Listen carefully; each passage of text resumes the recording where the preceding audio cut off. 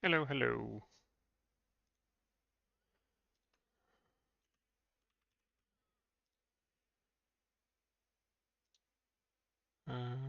In this stream, I will start implementing a way to upload the textures from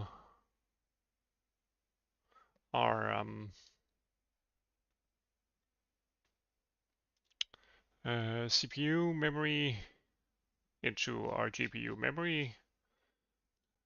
In the last installment of this series, we implemented a way to load the the actual DDS files, and it worked as it's supposed to. So we implemented a basic DDS file loader with a base in the one that Microsoft has, but with far less functionality and far less error checking.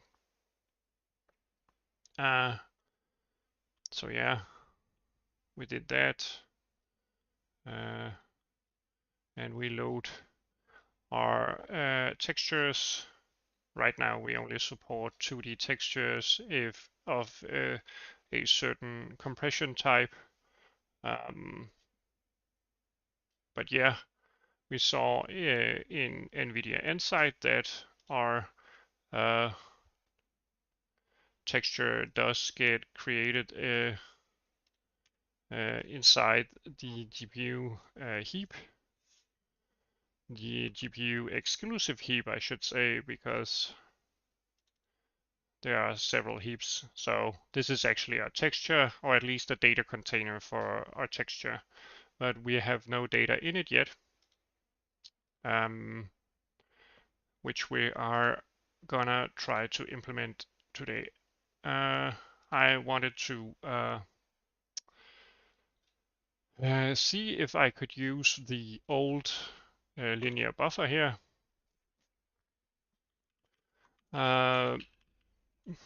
It might take a bit of work to get it working,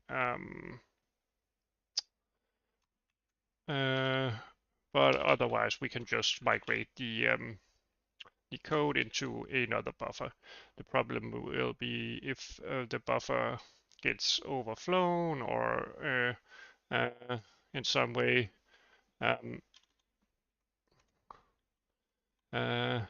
we do not have enough space in it. We might need to partition our code, or rather the actual upload, or rather perhaps segment it. For the first parts of the resource, this will be more likely as we go into the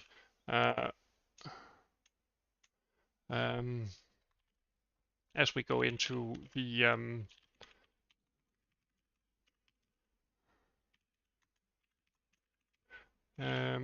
as we dive into the resource itself, it will be subdivided into smaller and smaller MIPS, which was the sort of spiral you saw here.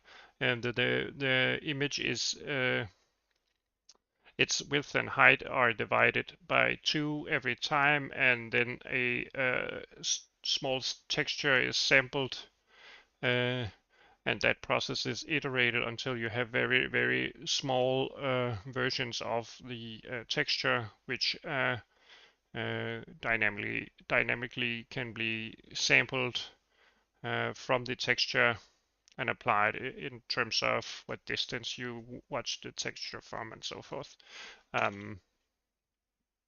Yeah, so we would need to pass in our sub-resources, which contains our data structure information. Therefore, we pass in a reference to the sub-resources, And yeah, we implement this function.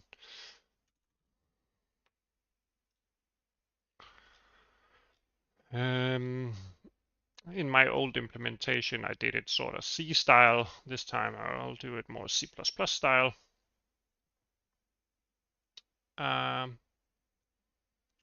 Yeah, so and do not think that I mean that I implemented earlier on stream. I meant previously when I did another engine. So we queued the upload. Right now, nothing happens. The thing is, our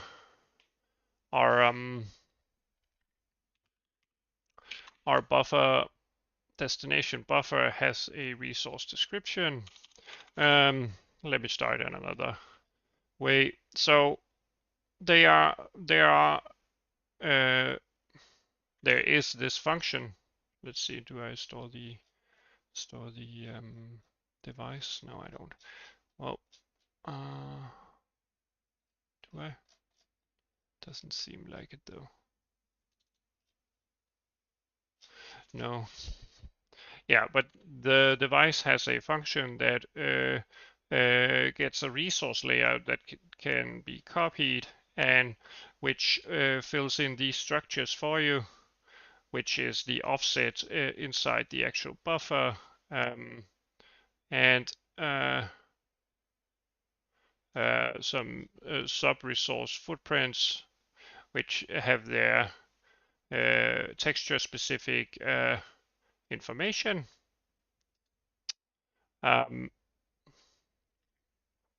So this is a way to kind of get information about what to store and how, which will come in handy later on.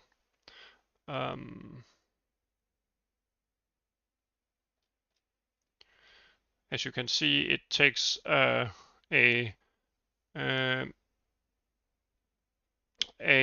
pointer to a resource description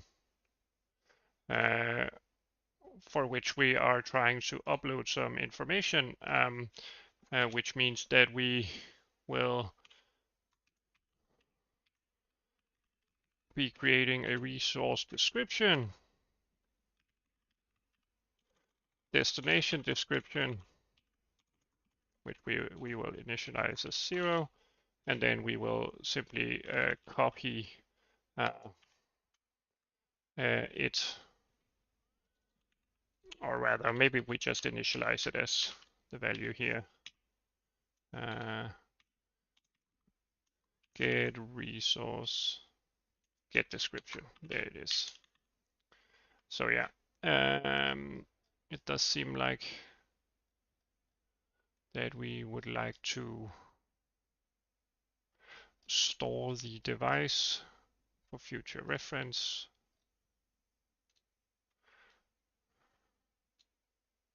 Yeah, we don't use the device anywhere else. Therefore, we will store a pointer to it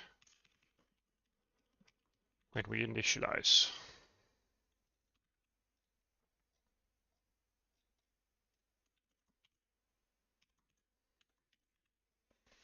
There we go. That is 4 bytes, so it's not a lot.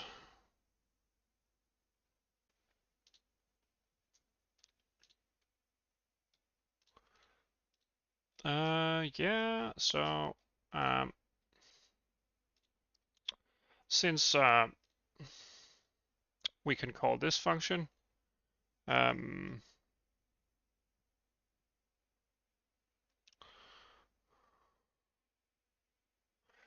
let's just see. Whenever we get into this function, I would like to see how many sub-resource it is. It actually stores.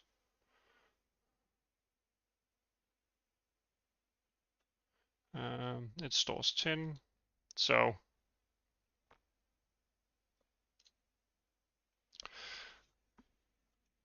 let's just store that as a variable since we will use that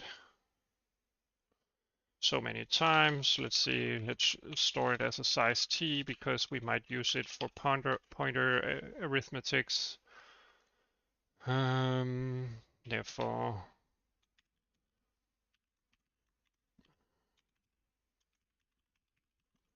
let's do sub resources size.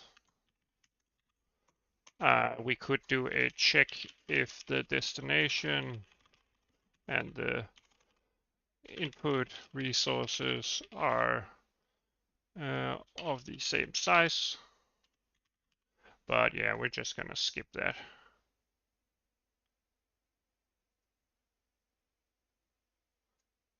In general, the whole engine could use an overhaul in terms of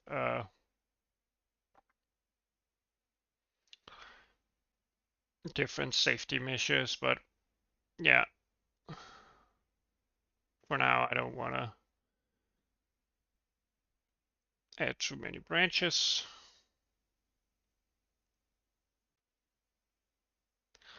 Let's see. So the old C-style way is to allocate some arrays dynamically and then iterate through them since we want to call the get copyable footprints, which will of course take our description here, take an index for a sub-resource, then the base offset, and then we will start out by setting these as null pointers, but we want to create a vector of placed sub-resource footprints, then a vector of uint and a uint of 64, and then a variable. So 3 vectors, one with the placed sub-resource footprint, one with uints, and one with a uint 64. So we will do that. And this is what I mean by the C++ style way of doing things. Placed sub-resource footprint. Let's do the call it layouts and create what corresponds to the number of sub-resources. We do the same thing for a what was the second one? It was just the uints. And if we look into our method here, number of rows.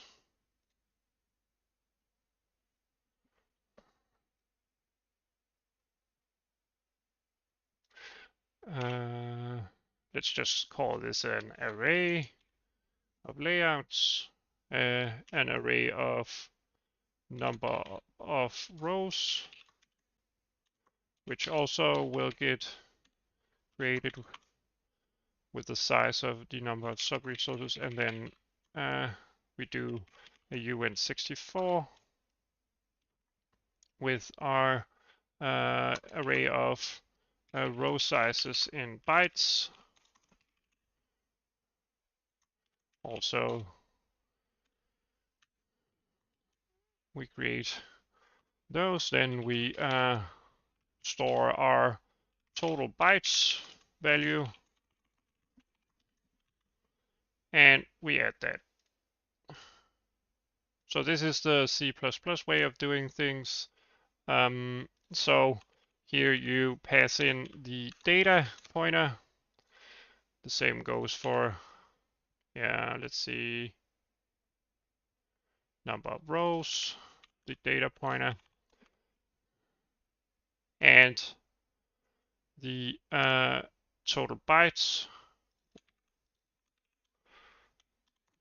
And as you can see here in the documentation, the last one, just an integer variable. All right. So let's test this out. I'll just placeholder so that we do not immediately go out of scope when, let's see, too few arguments. So we have our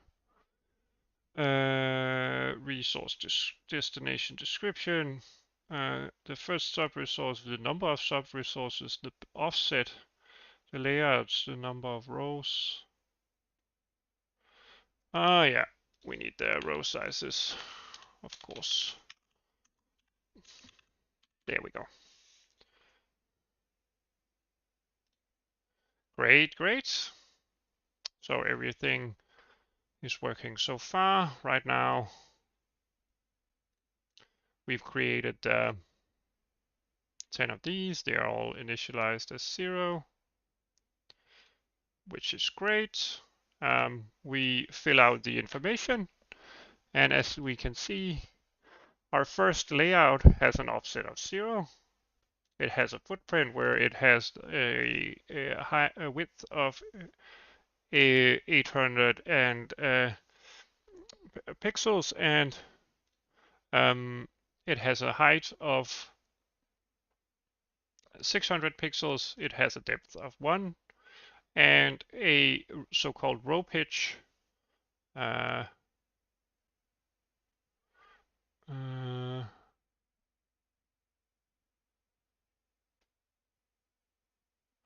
Which is the padded size in bytes.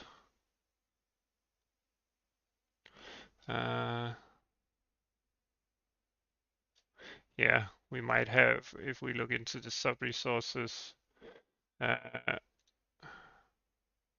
row pitch, 3200. Let's see, what is the padded size? Yeah, it's bigger. So, yeah. And we have the next one, the next one, the next one, and so forth. And we end up with a total padding probably of 250. Yeah. So the last MIP slice is 4 by 4 pixels with depth of 1. And yeah, as you can see, this simply loads the data into these data structures. As I've mentioned, in C, you would do a heap memory allocation, and by doing pointer arithmetics, you would lay out some pointers for where to start these data structures, or rather where to store the first of these data structures and the following ones. But this way we just create the arrays dynamically, initialize it all as 0, and then use this function to get the information. All right. So far, so good. This means that we now have a layout of our destination. Let me just check. I'm just gonna swap some music around. Um,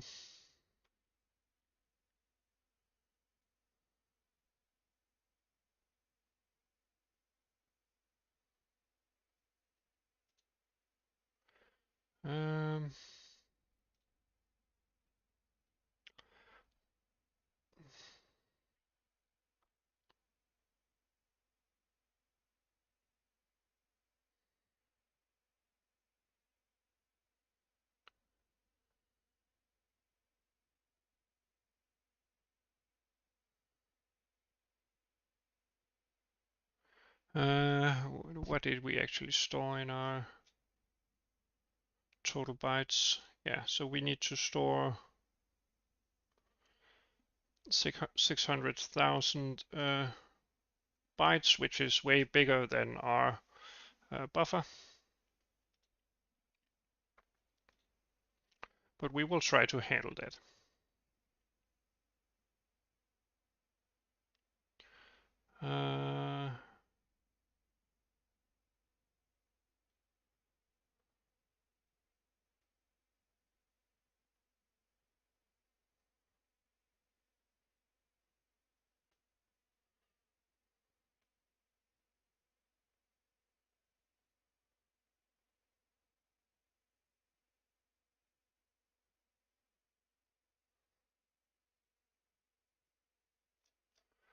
Yeah. When our buffer is way smaller, we have to segment this. And we have to do some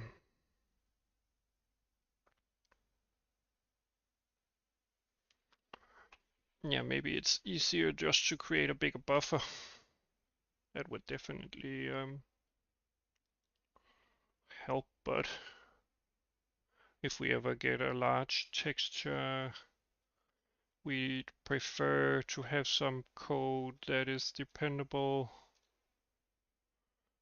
and just be able to upload whatever data we might have.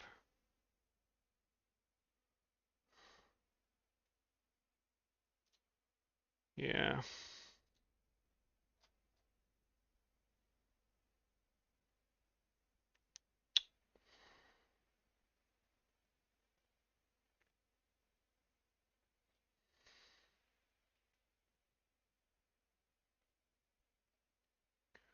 Yeah.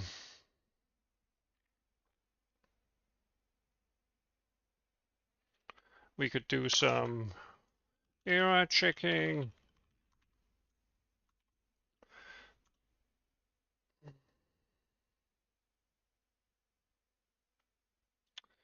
And then we might want to do a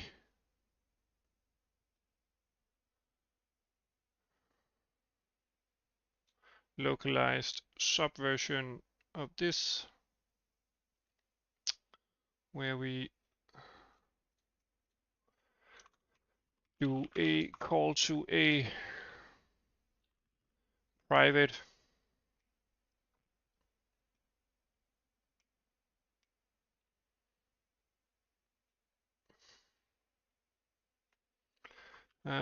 subqueue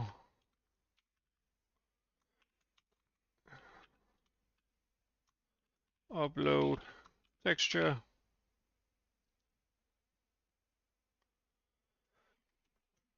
And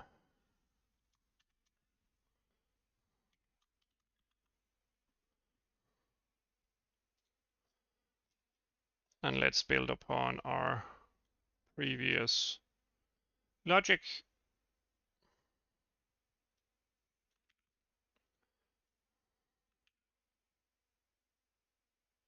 So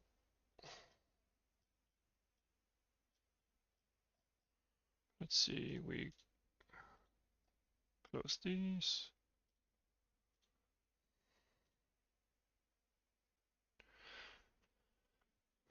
Let's see, we at least pass in a unsigned integer called size.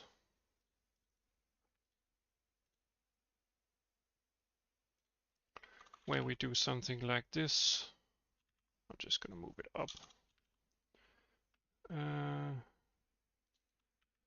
Which is going to call itself.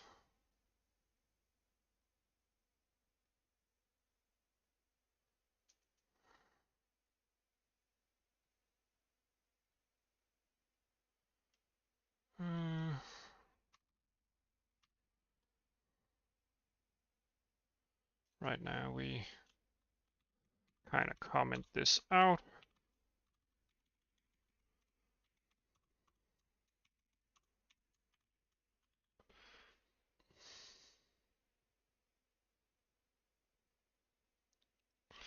So we chunk off our subqueue. which takes our total bytes.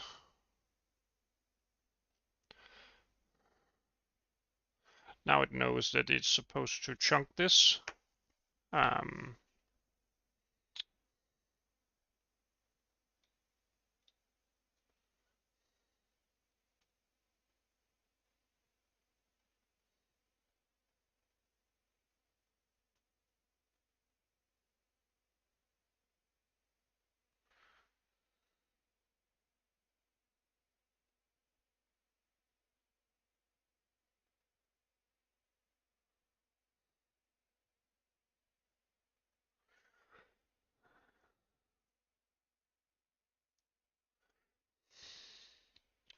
We would like to make sure that our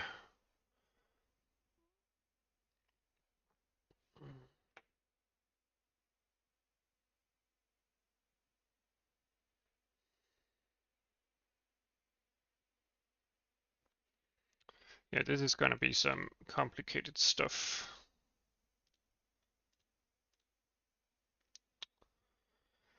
It's going to be some complicated stuff.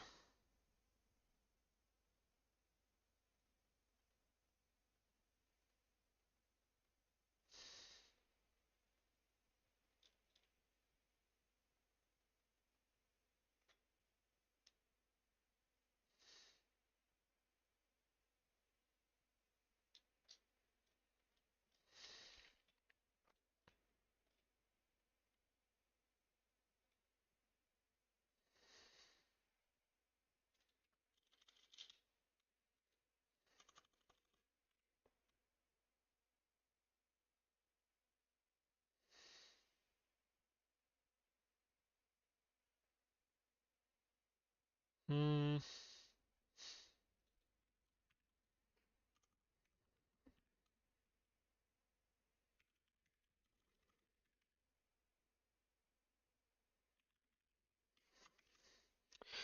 So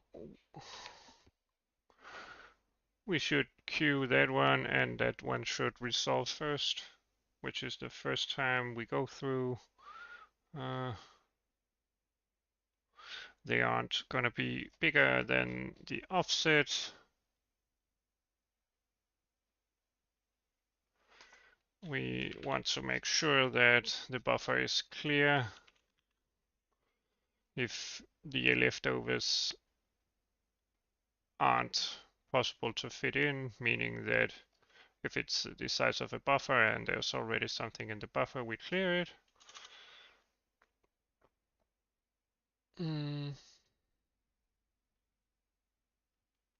Then we map our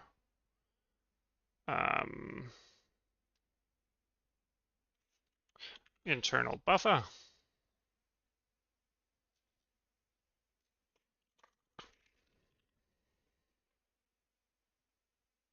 We do not do the mem copy.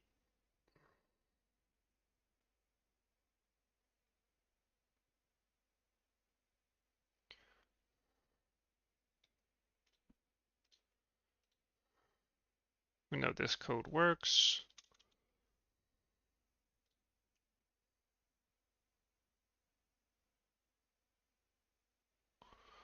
So we know that we have our write head.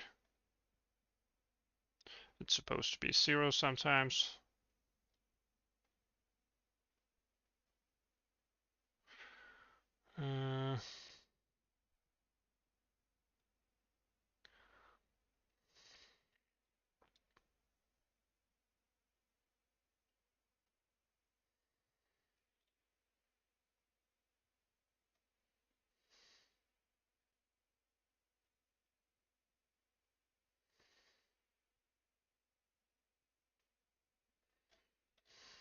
Let's see.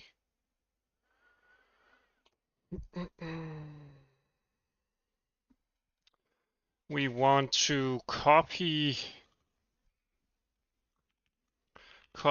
from a specific sub-resource and a specific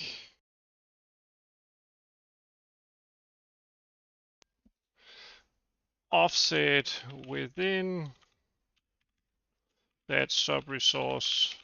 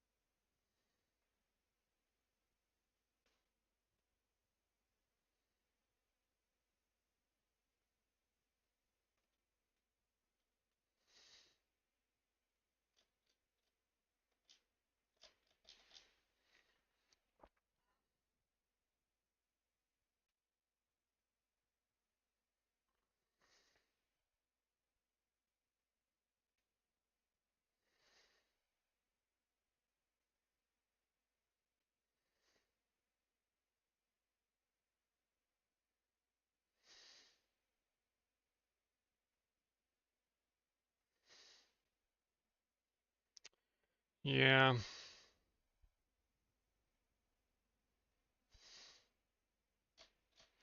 We would like some references to these 3 data structures as well as the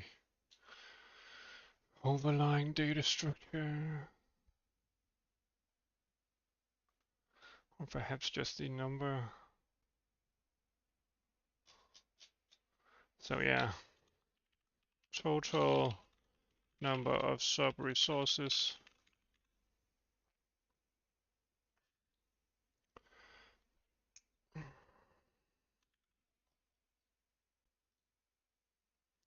Let's see.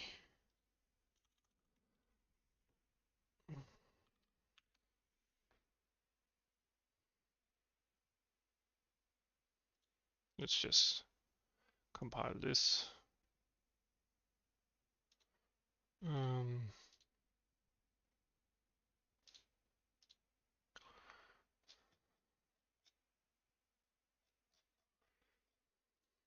Let's just stop here. We do layouts, offset, footprint. It doesn't contain the pointer. The number of rows, 100, 150.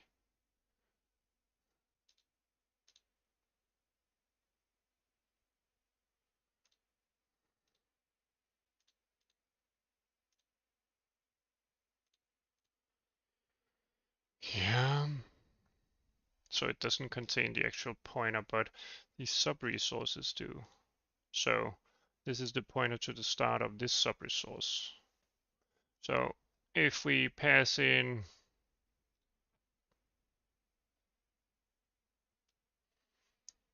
our destination,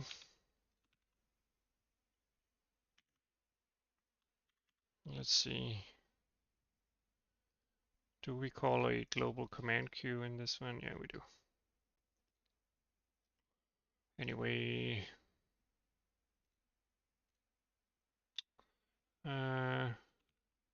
we have our destination, which we want to pass in. We want a unsigned int total. Maybe we would set this as a constant because we will not change it.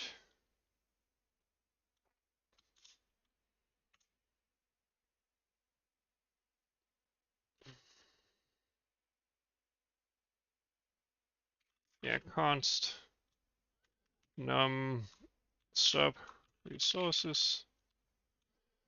First we pass in the sub resources. Maybe these are supposed to be constant. Let me just test that. If it ever complains, let's see, unsigned int number of sub resources, unsigned int current sub resource.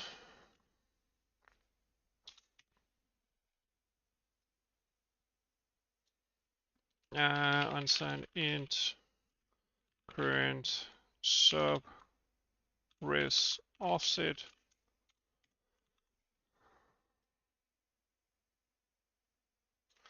Let's try that for a start.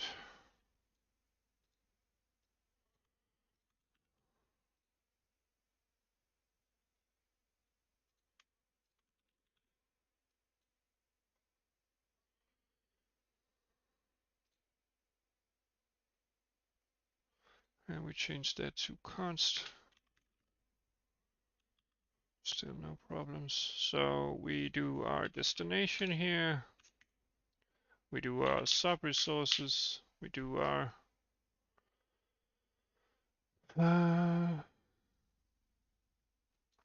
number of sub-resources. We do our current with an offset of 0 and a total size of total bytes. There we go. Now we pass along the sub-resources.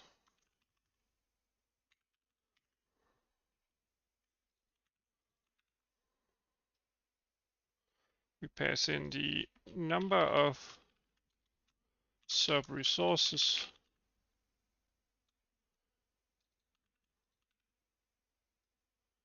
And we pass in the current sub-resource. We would have to do calculations for that. Current sub-resource offset.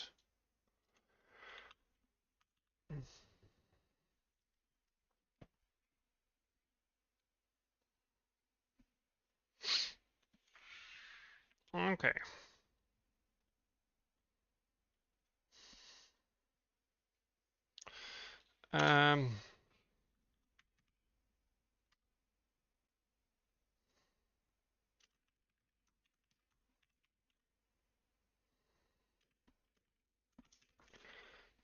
So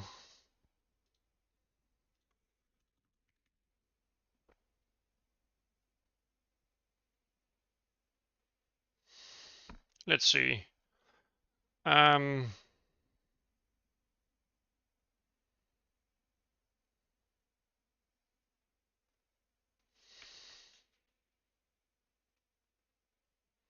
we need to do it aligned as well.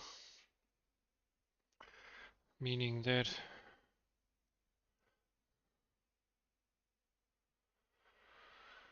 we actually need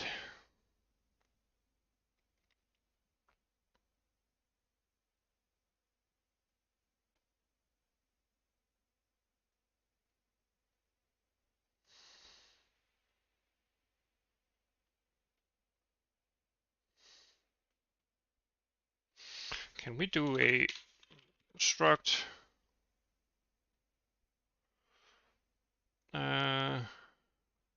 root print data?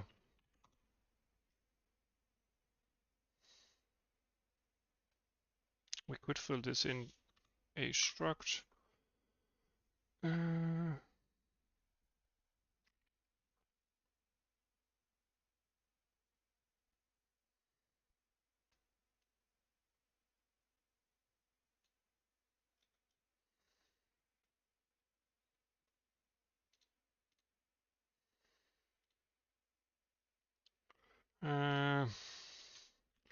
Alignment, texture, DirectX12.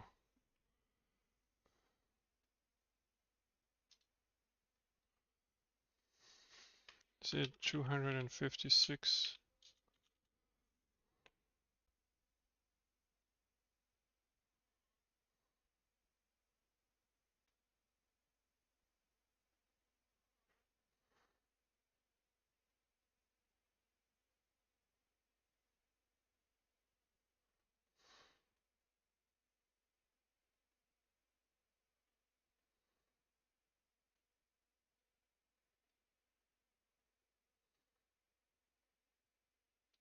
Sub-resource.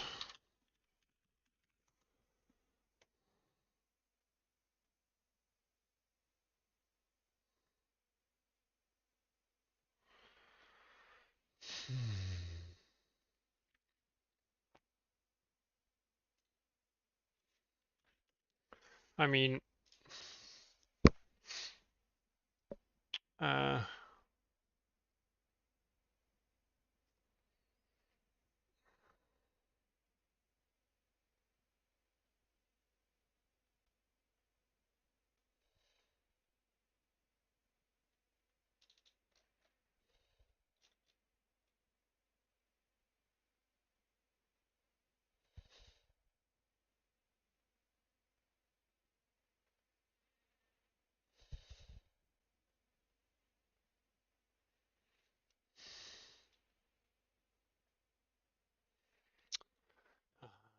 Let's see.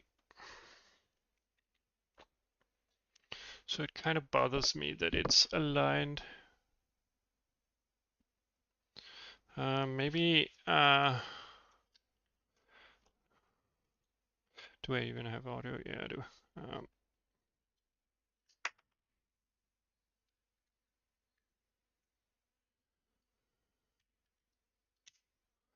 I mean, I could do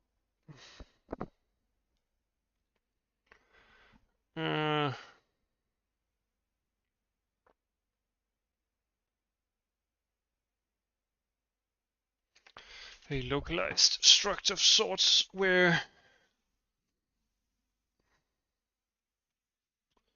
we just make sure that we align the data. I mean, let's see, where is the error?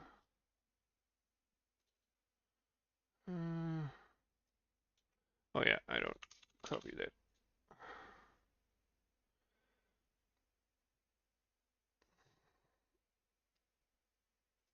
So yeah, the layouts.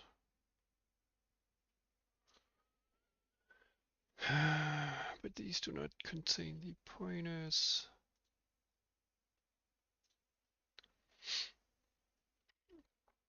Maybe I do want a local struct.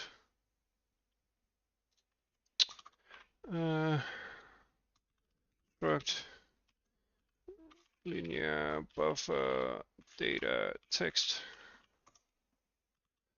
and let's fill out some values like this.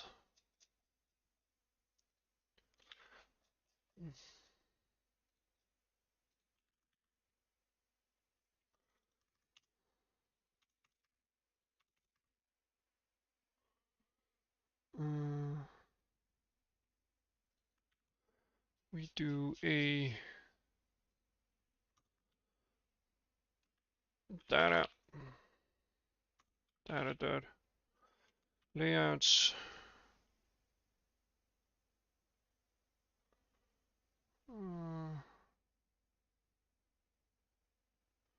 Not reserve,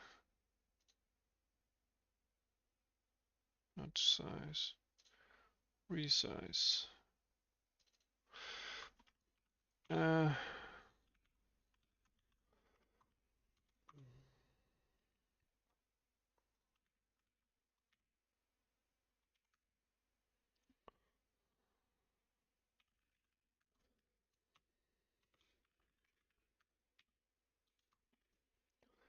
Let's see.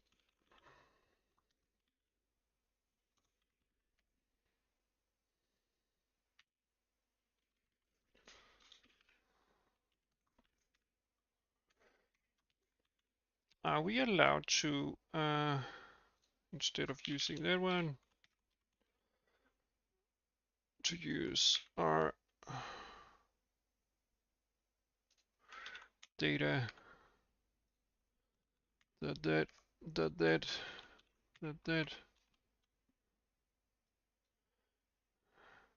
and yeah, the total bytes are not needed. Can we test that out?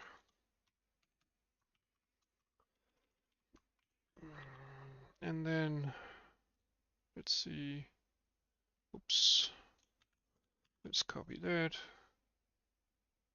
So if we step into the function, do we get the same data? We're trying to step inside a comment. Let's see, data. We actually do get the correct data. Then we can pass the reference round. So let's see. Footprint data.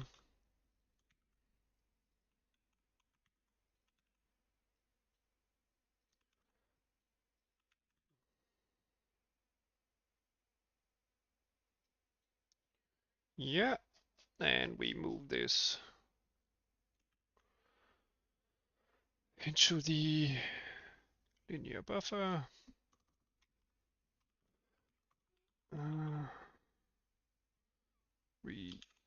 Predefine it as a private member, or pre-declare it, and now we can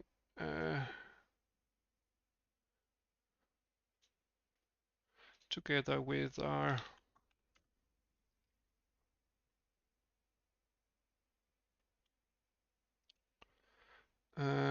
yeah, let's rename it actually. Footprint buffer footprint data. Let's call it that.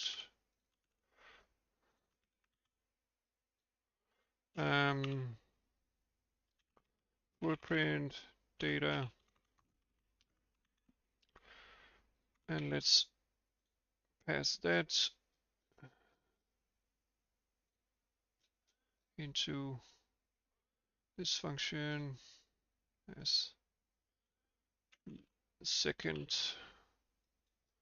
resource. And let's see, and we got that, and we reference our footprint data.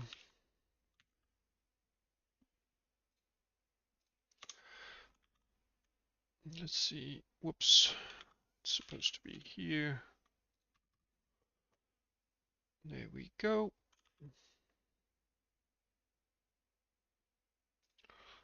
Somewhere. Oh, well, yeah.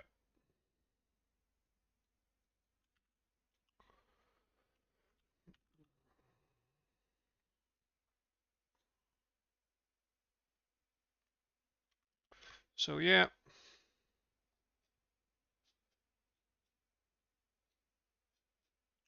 I think we should then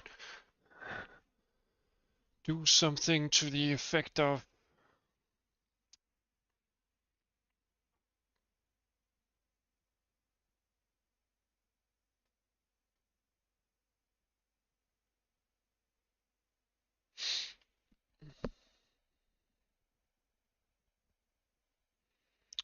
yeah, we need to chunk off every part.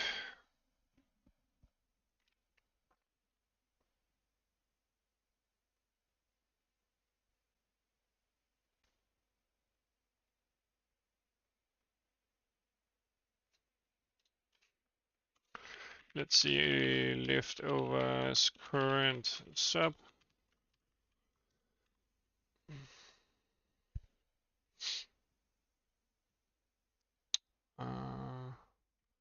We start at 0 instead.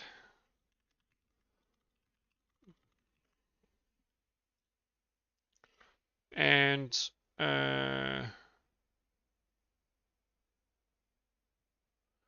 we would like for our footprint data the layouts for our current subindex to get the footprint. Let's see, row pitch is that.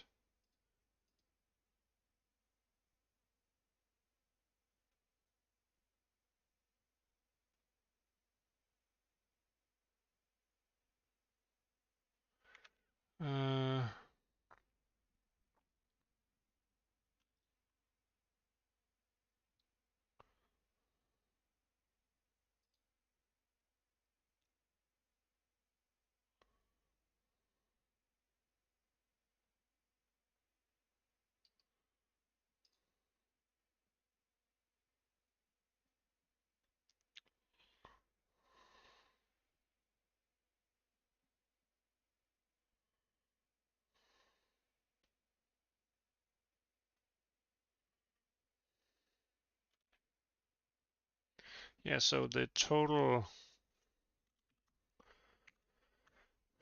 amount of bytes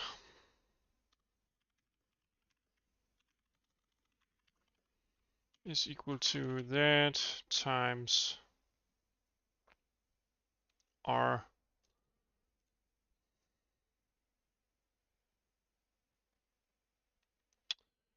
footprint data, number of rows, current sub index. Let's see. So we want to step in here. The total size is that much.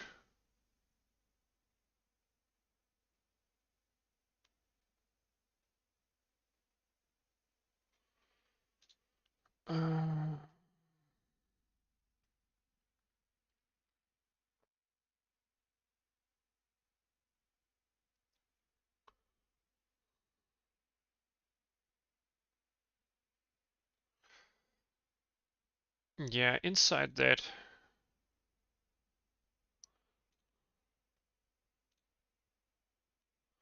we would actually like another while loop because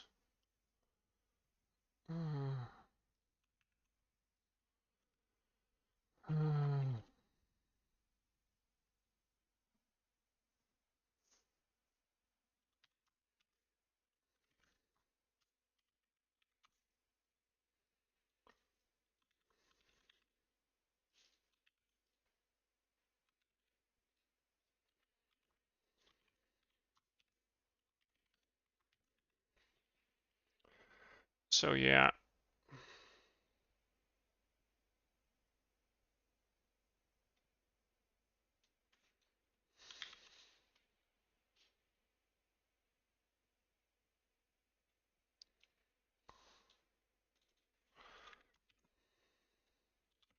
No.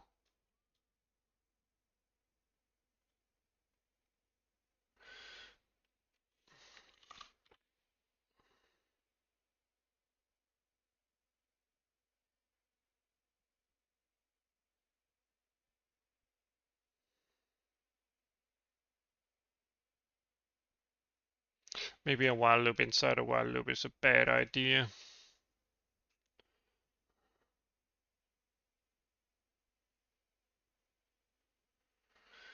Maybe it's a bad idea.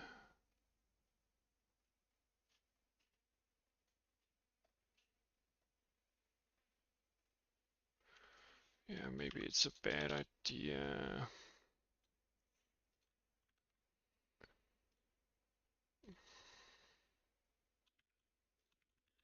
We want to queue until we don't need to queue anymore, then we just resolve the last part.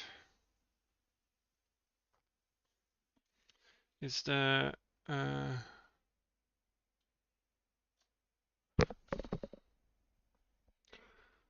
total bytes?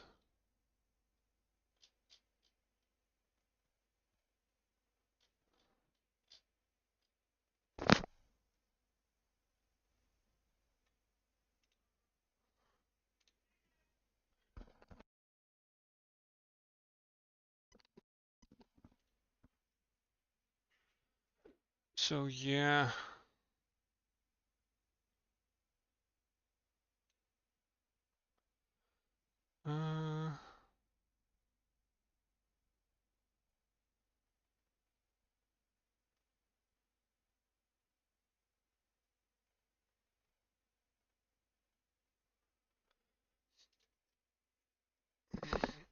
If this is 0, less than or equal to 0, we set something called total size, or rather we set it to this.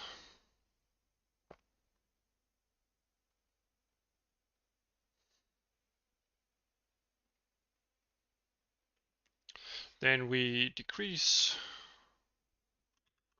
from it after we queue the upload. We will just move this out of sight for now. So we bite off a chunk of the buffer.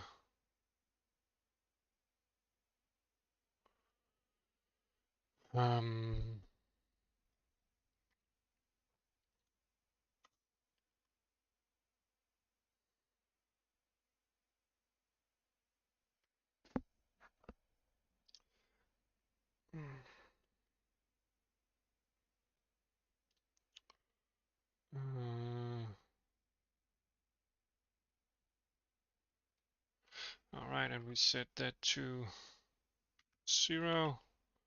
So we increase it every time.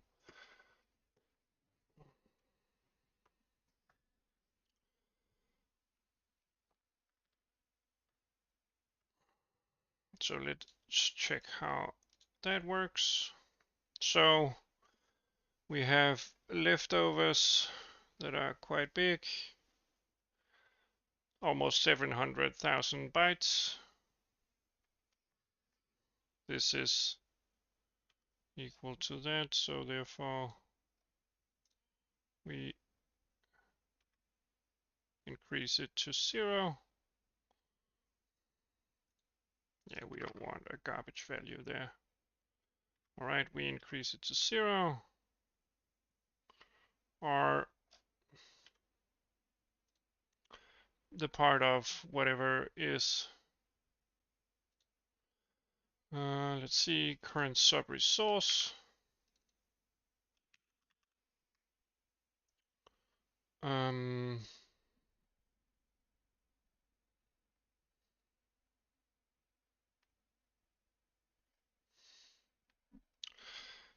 Let's see.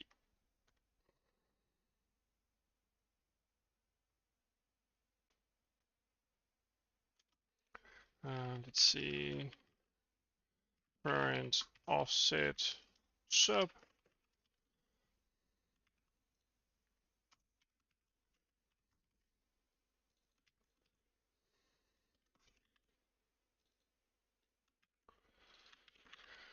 Yeah.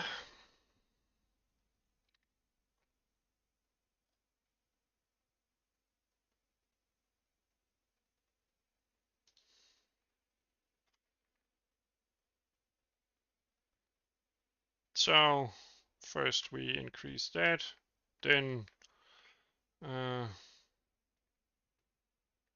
we queue that, bite off a chunk, increase the offset,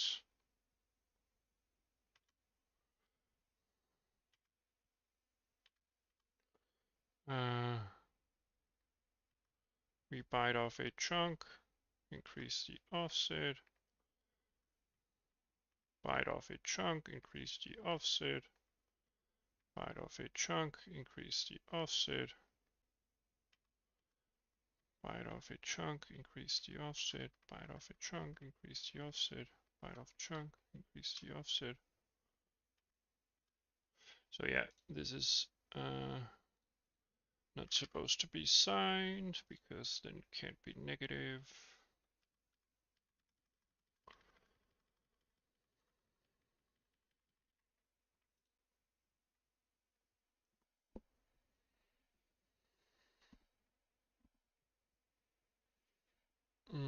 Let's see.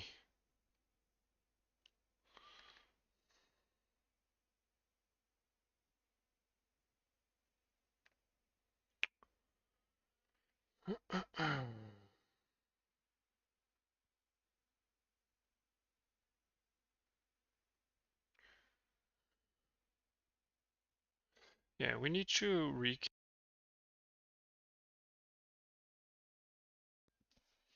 If the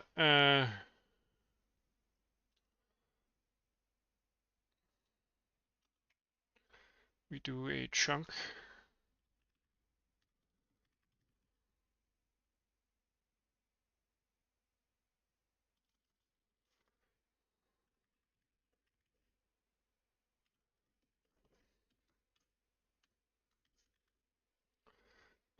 we set or rather set chunk. Then we set the chunk to the buffer size the first time we run through.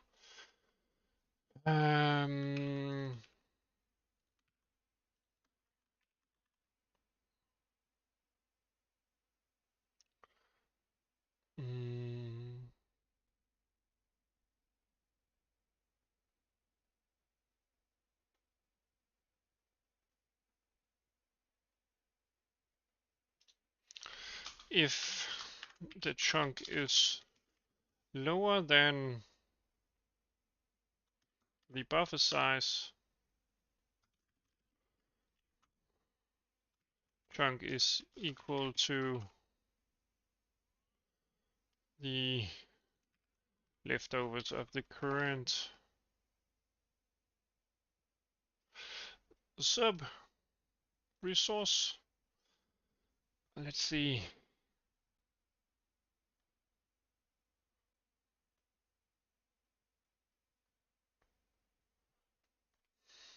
Yeah, so this should allow us to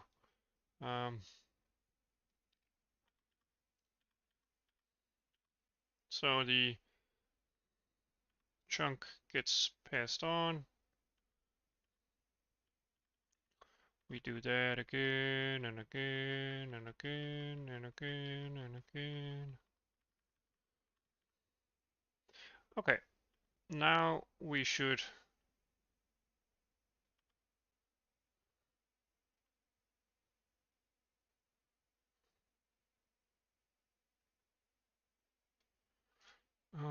let's see. Yeah.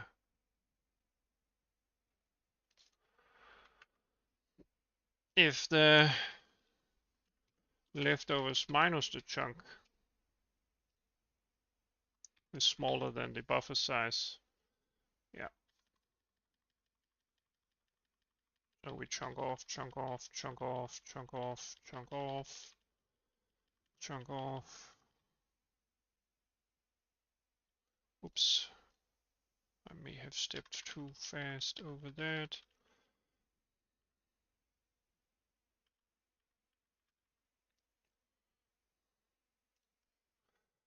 Let's see, chunk.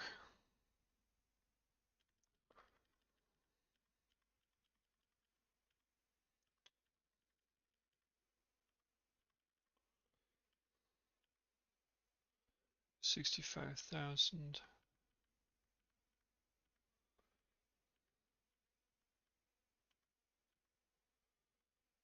Let's see. What?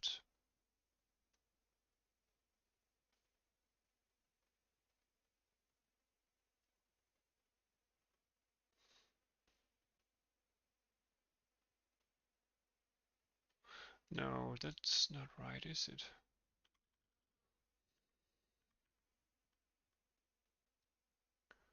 Well, it's only updated.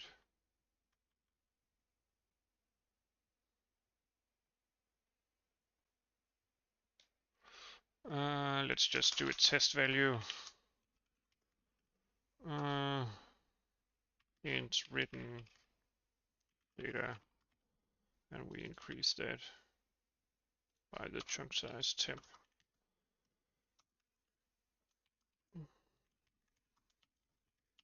Chunk. So written data, leftovers.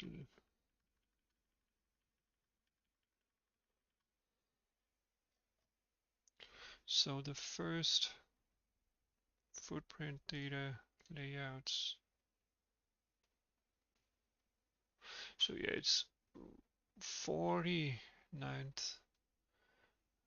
or 499,000 bytes that we need to write.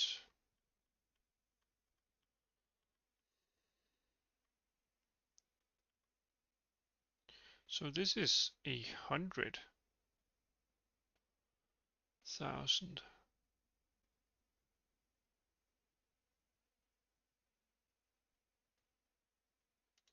No, it's just, it's not, if it's, I'm doing that totally wrong.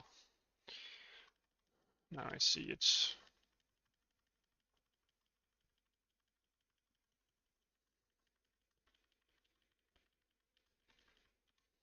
yeah, so we are in the last chunk here.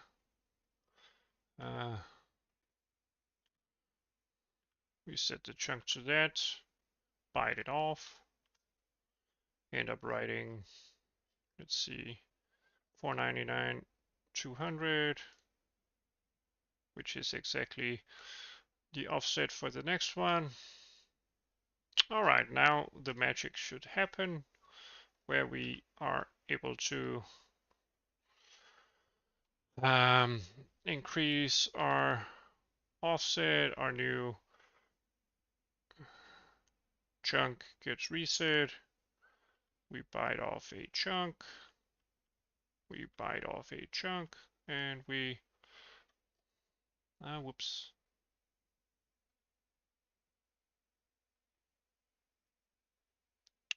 What is the leftover? What are the leftovers? Oh, well. Then if the last MIPS are possible to calculate, we need to do that. Well, wow.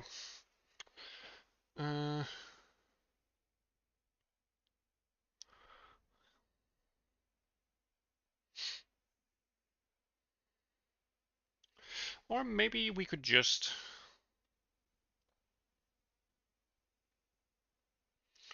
check if we went through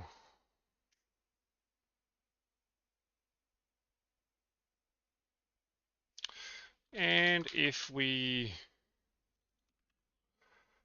find that we have not been through all the number of sub-resources, because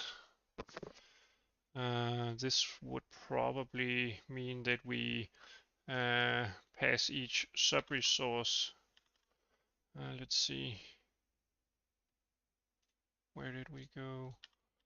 So we can't step. What is happening? So we do not.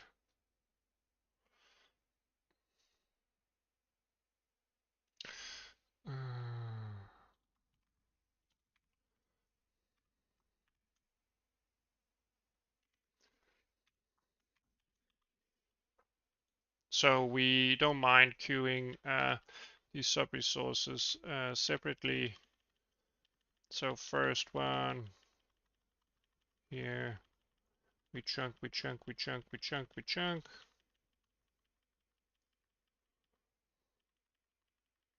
That is the first one.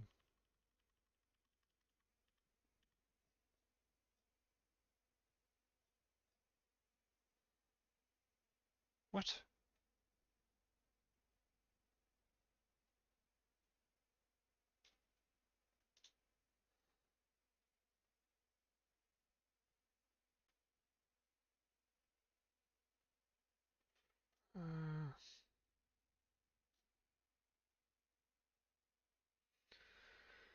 Let's see.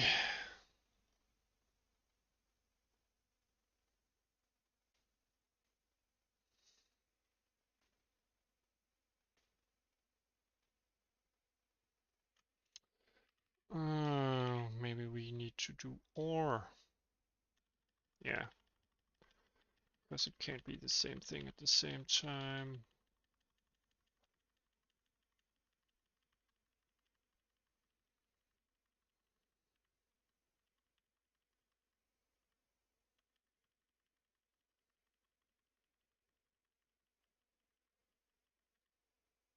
What?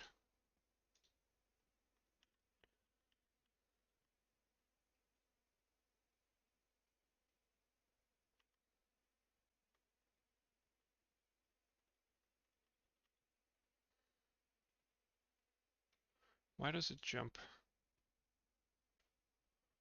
back to that?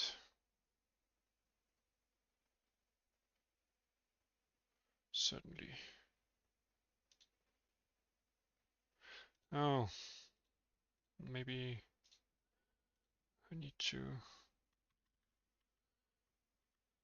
no?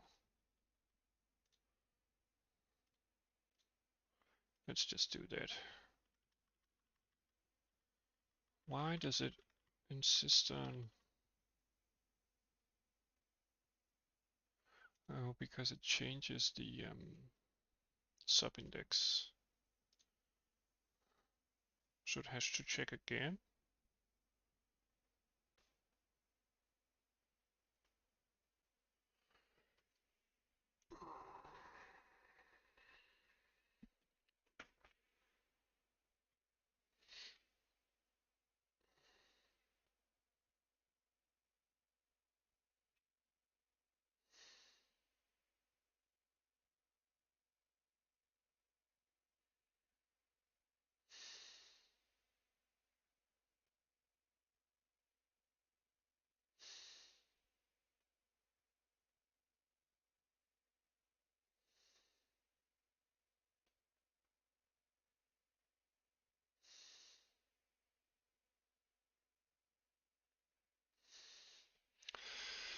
Let's see.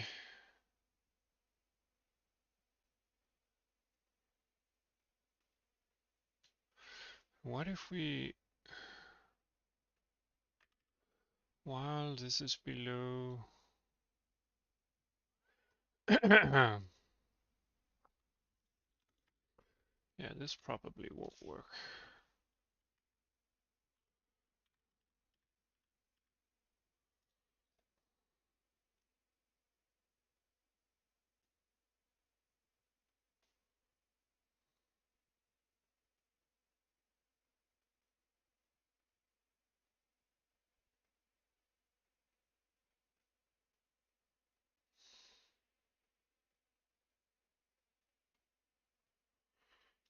It's supposed to do it.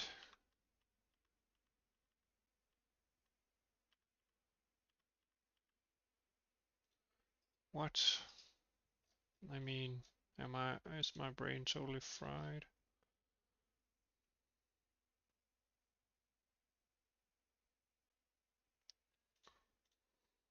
We never end up in the loop.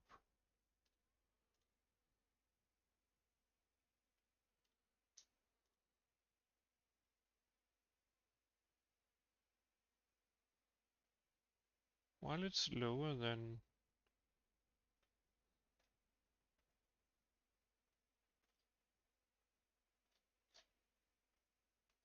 let's see.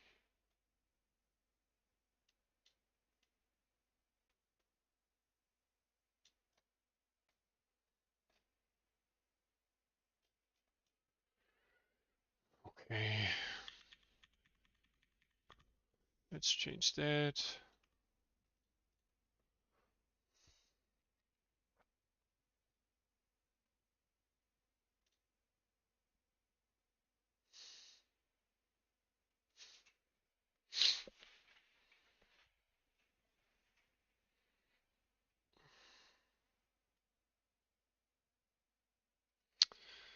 Um, let's just do a duplicate.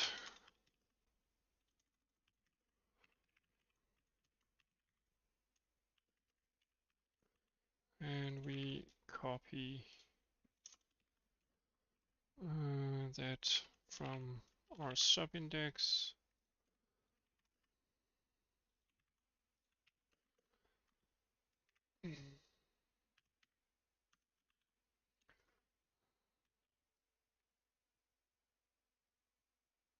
Uh,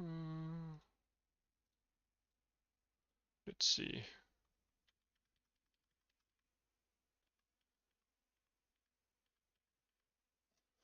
Let's see, I don't want to step into the function.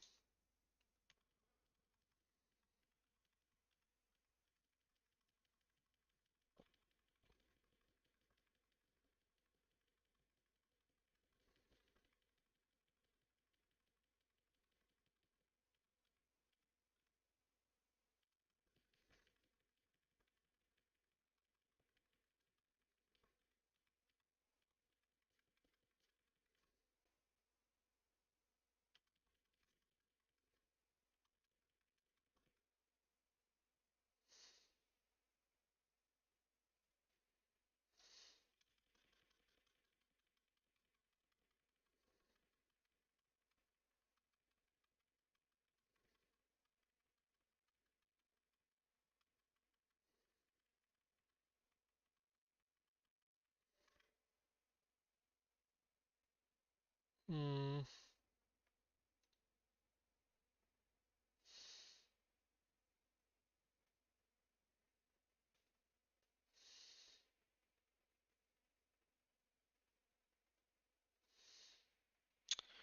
Huh?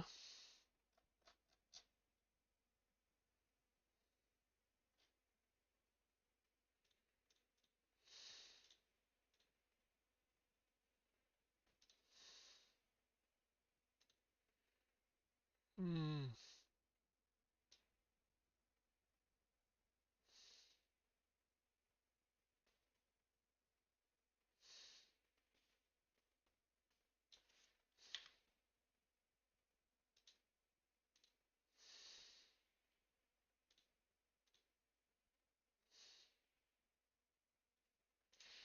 Is it because,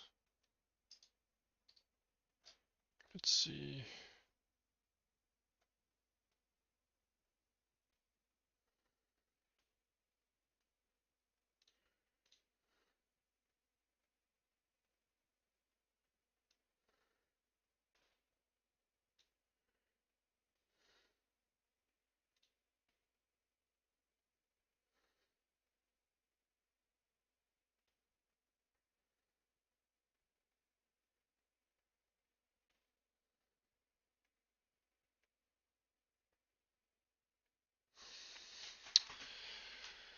So for some reason it doesn't load that.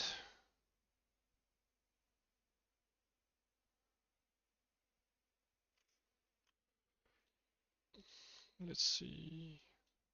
UN64.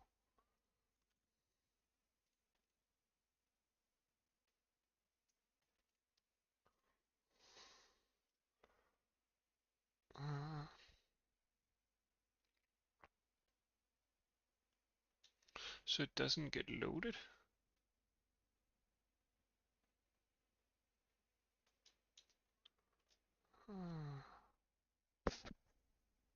Let's see. Our sub resources do have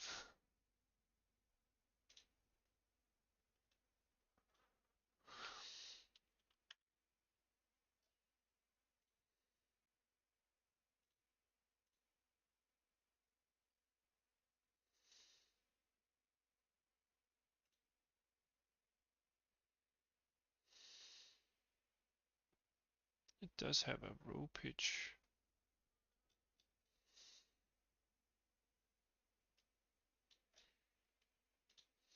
and the number of rows.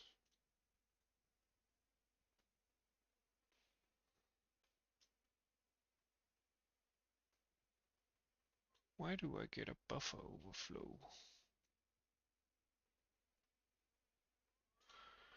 Because I mean,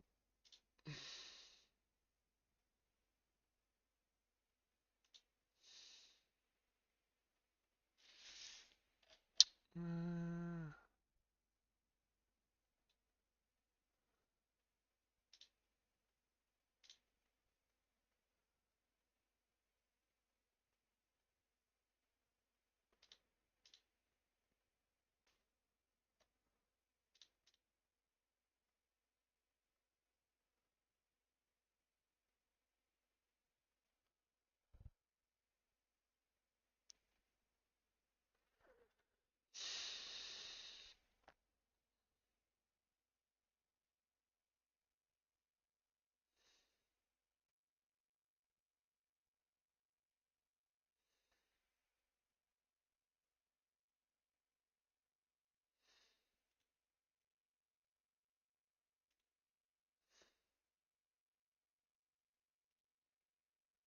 oh,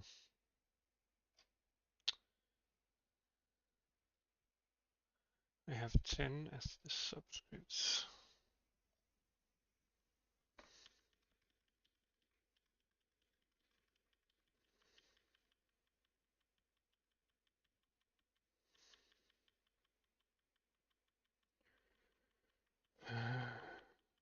And for some reason, the row size is in bytes.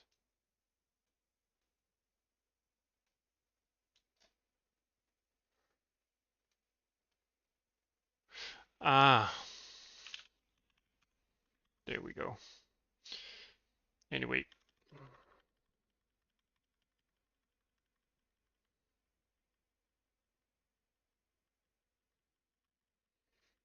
Yeah, maybe it's because...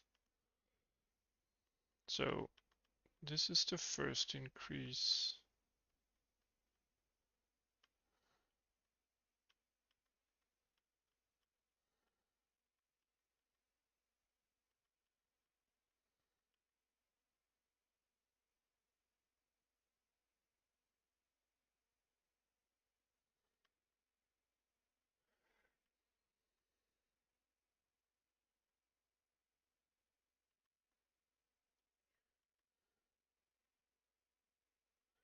Fourth, fifth.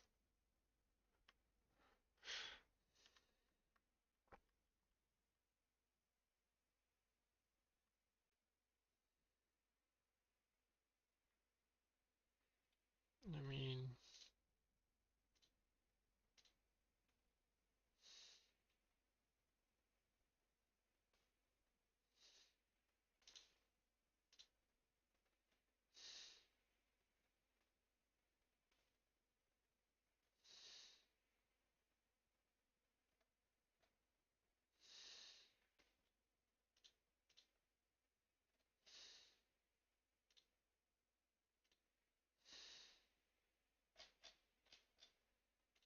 so the seventh one.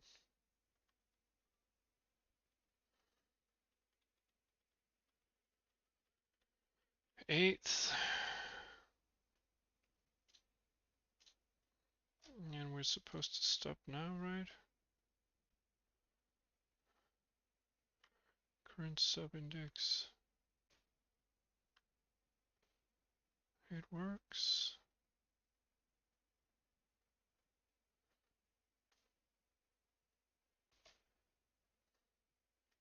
Yeah, we need to increase this by 1 because, yeah. So this is probably not gonna crash. Nope. All right.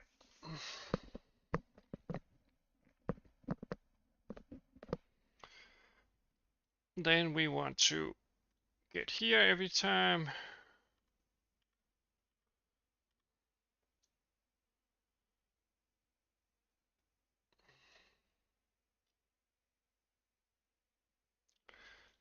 Current sub offset, current sub res offset.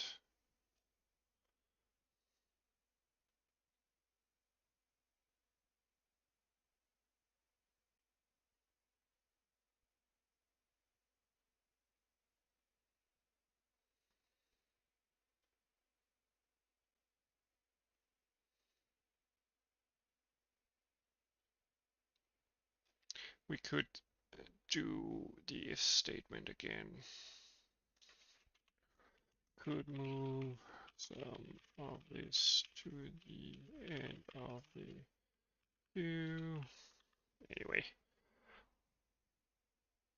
so this is the first time we upload whatever. Our right head is 0, the end.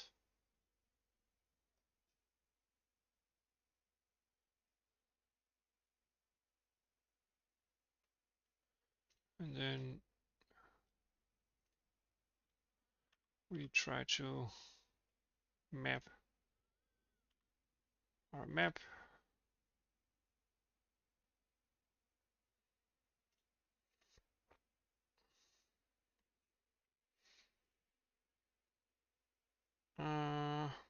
Yeah.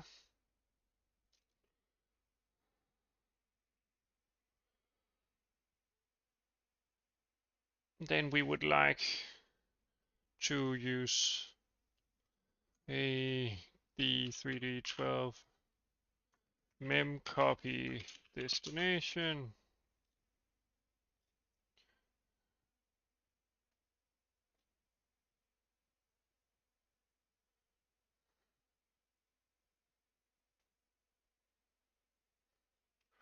So yeah, we create that.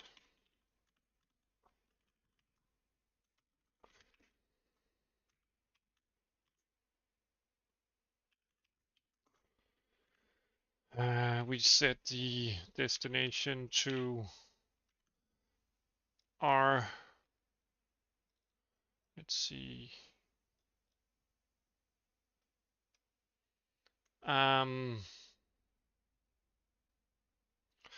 to our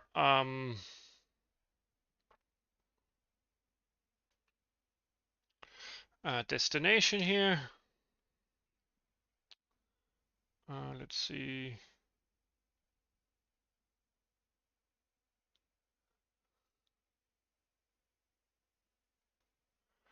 Which is our actual pointer plus the footprint data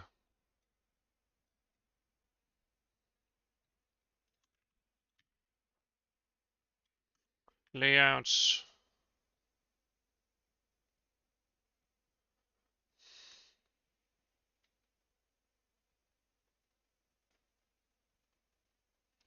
let's see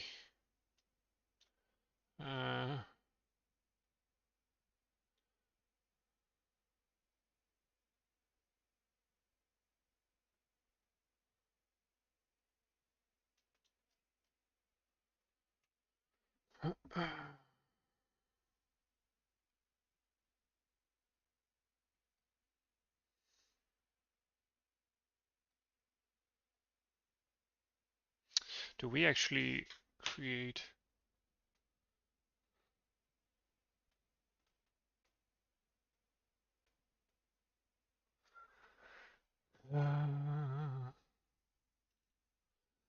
do we end up creating a lot of iterations? Because I think, let's see, we don't want to proc that again.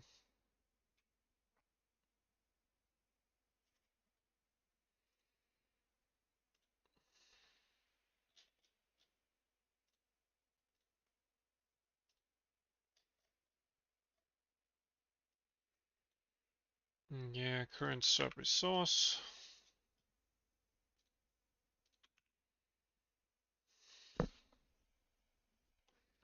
Dot offset.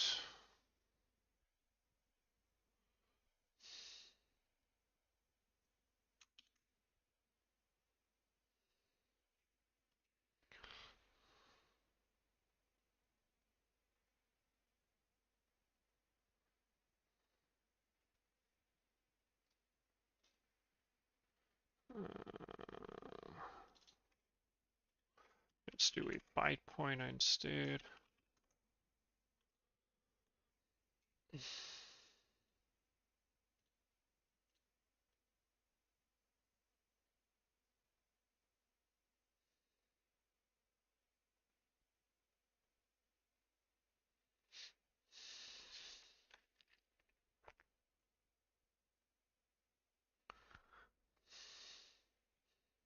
Actually,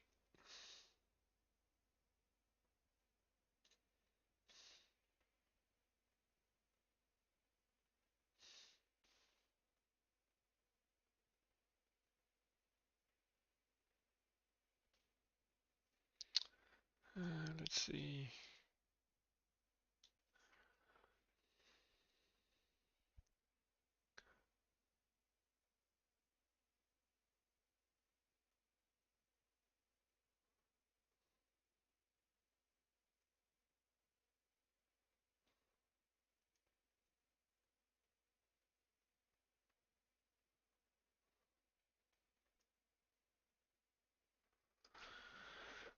Maybe I don't want to use that structure.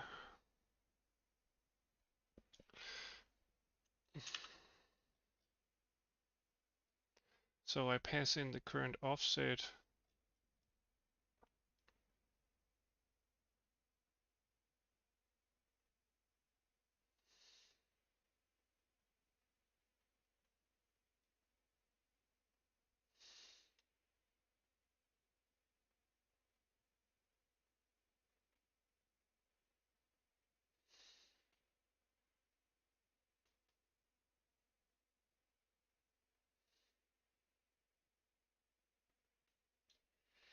maybe I just want to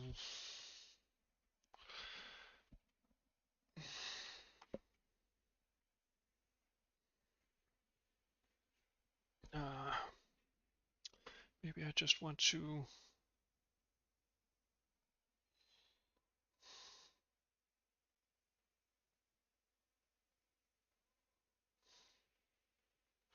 copy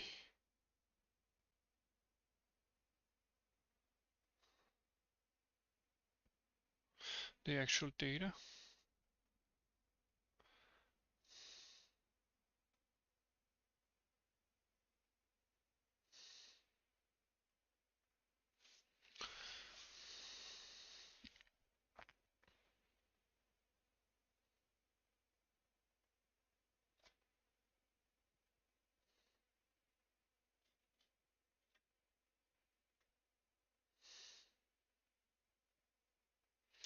Right now, I would have the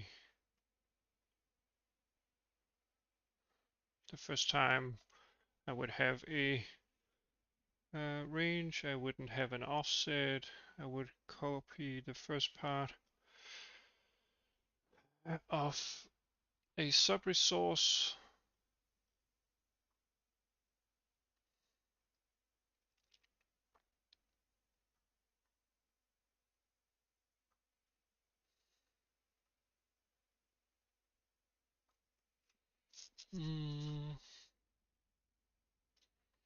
Let's see, copy texture region.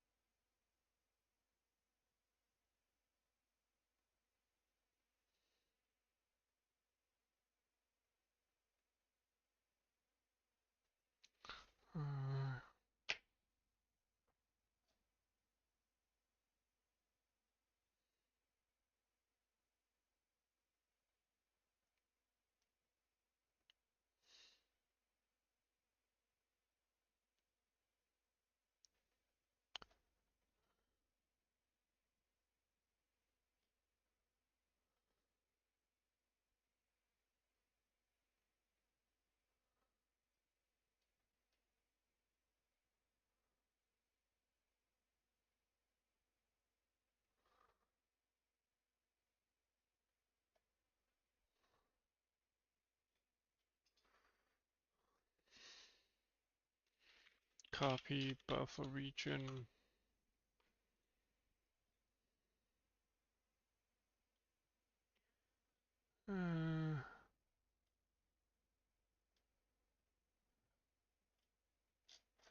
Copy sub resource. DirectX 12.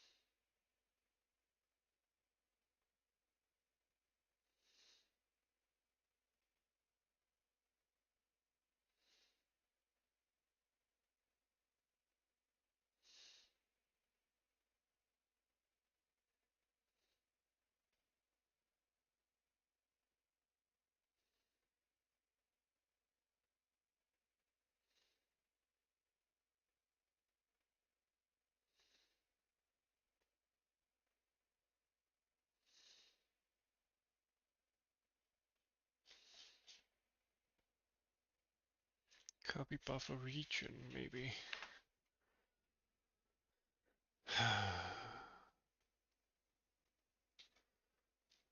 No. Oh man. I think we might end up in a situation where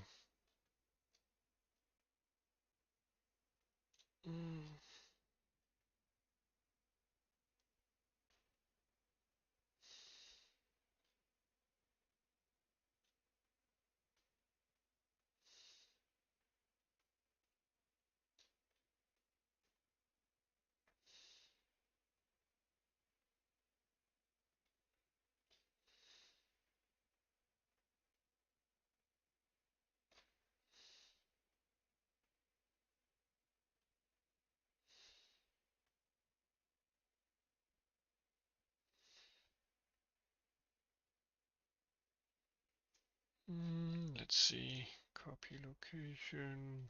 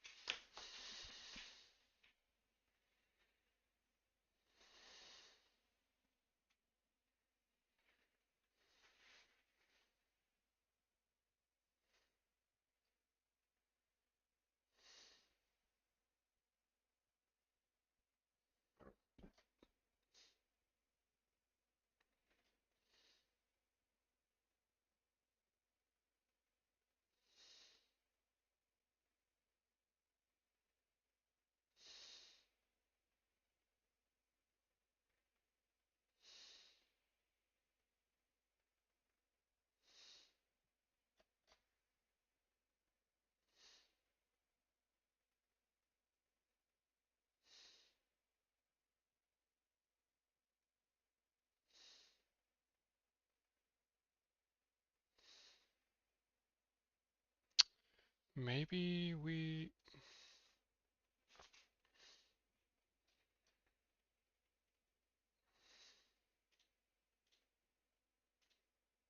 yeah.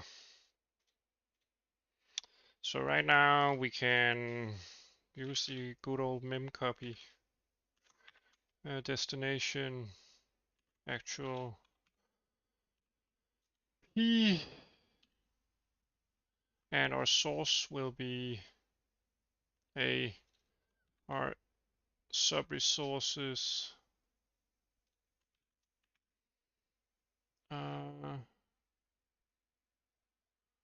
our current sub resource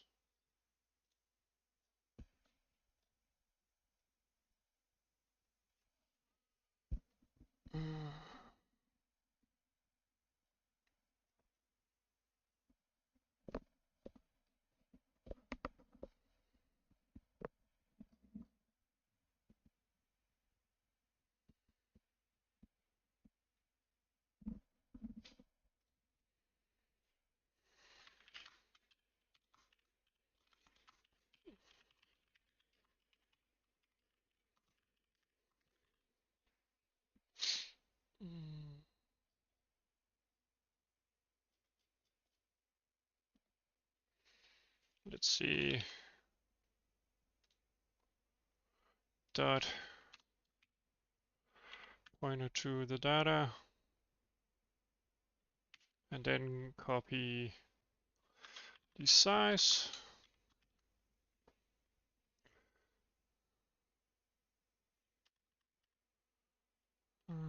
Let's see. That works fine. So if we look up in the memory, let's see, graphics, Windows memory. If we look up that, we do have some information stored at least. So if we step through this,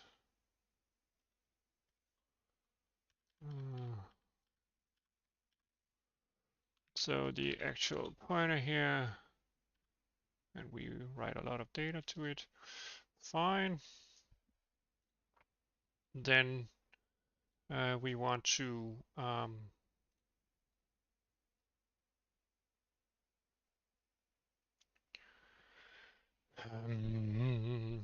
let's see, we want to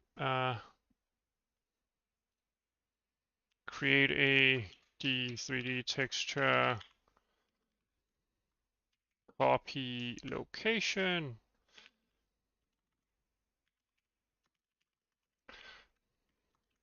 And we want to create a D3D texture copy location source. Copy source.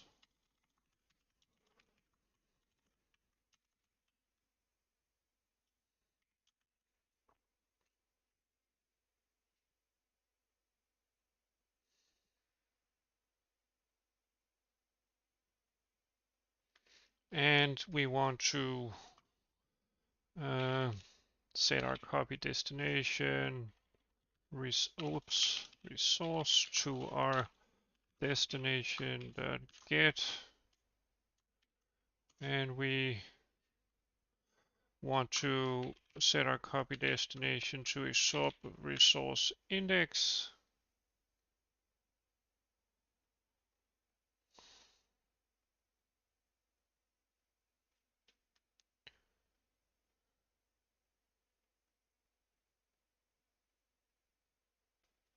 Let's see, copy.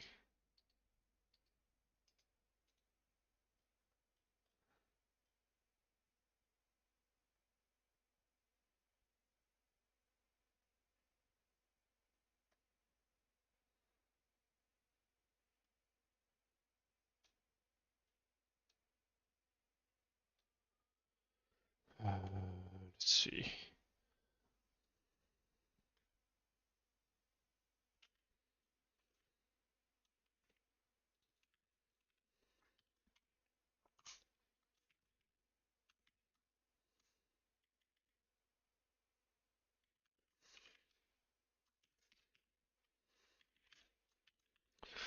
Set that. I'm not sure this is gonna work, but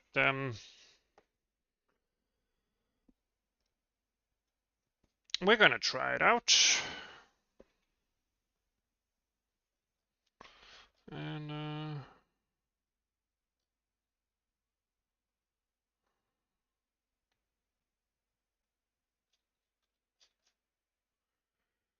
we end up with that.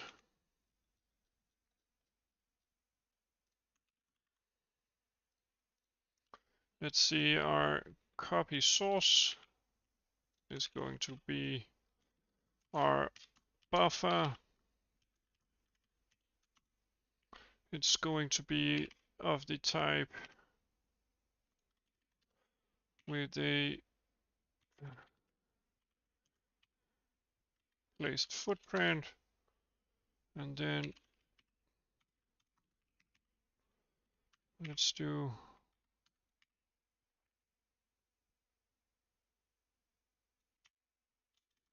placed footprint.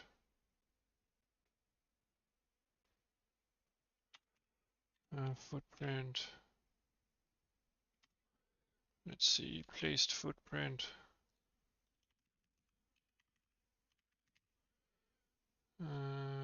Copy location.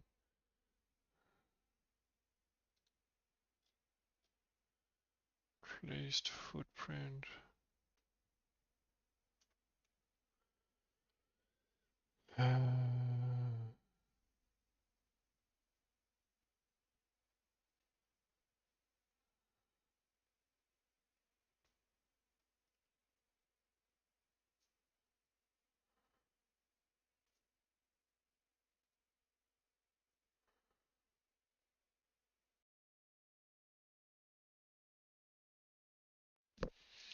Maybe if we manipulate the footprint so that we take our footprint data and our current sub resource, and ask it for the footprint. We copy that, but the offset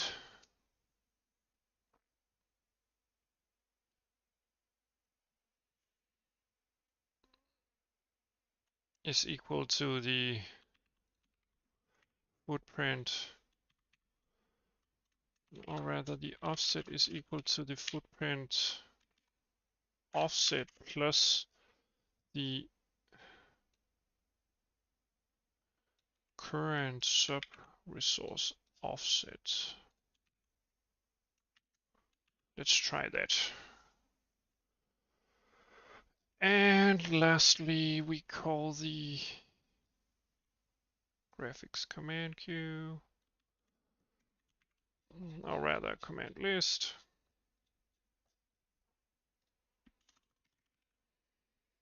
If this works, I'll be amazed. Destination, copy destination, 000, copy source, and a null pointer because we do not use a box. All right. Let's try that.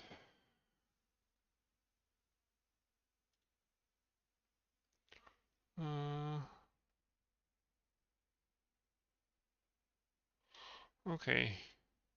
When do we fail?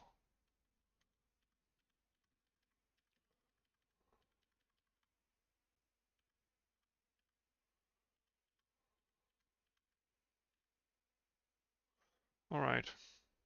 Here we fail. Let's see.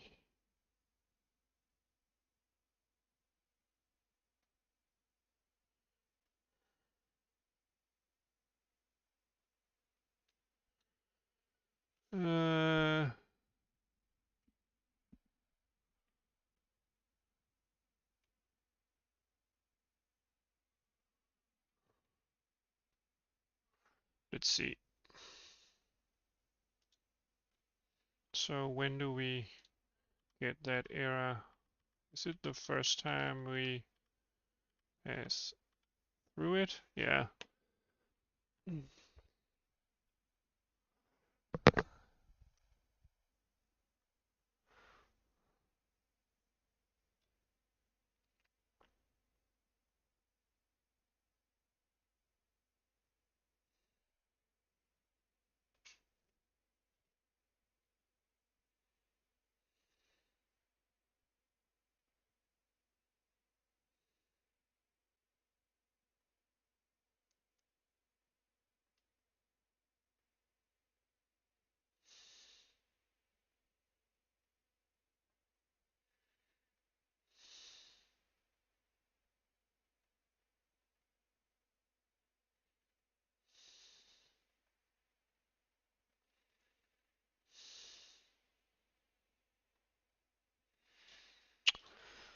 Let's see. The size required by the placed footprint.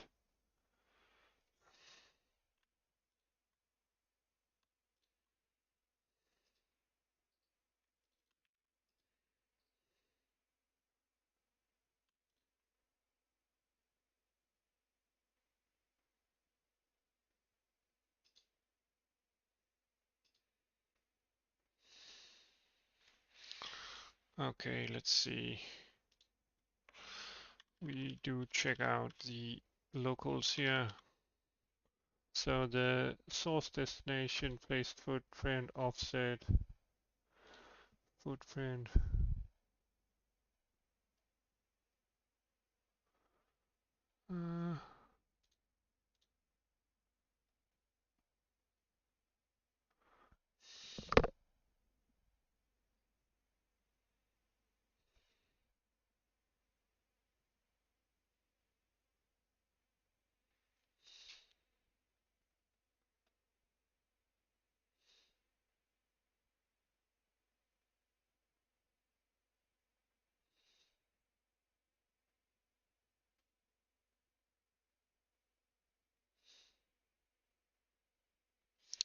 Let's see.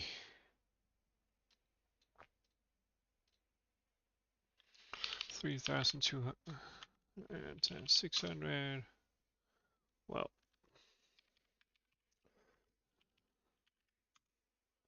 yeah.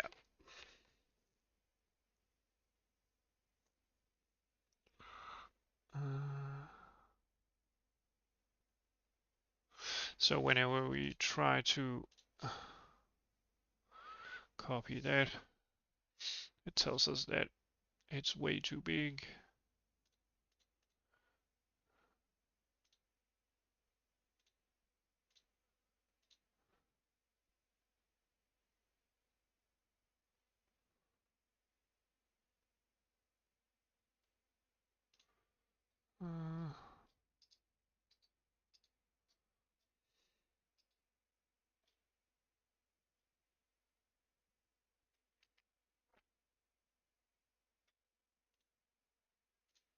Let's see, so we can't do it like that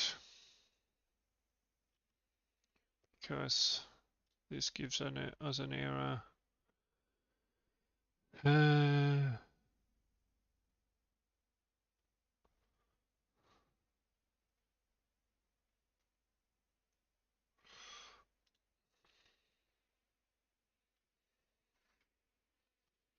Maybe if we create a new footprint. Let's see. Does our sub-resources contain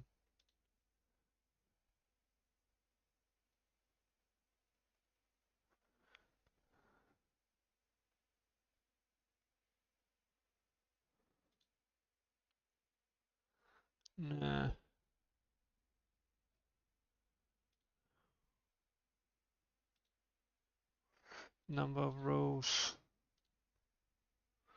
Yeah.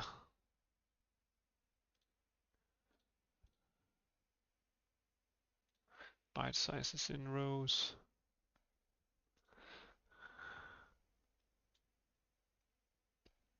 Yeah. We need to grab the placed footprint structure.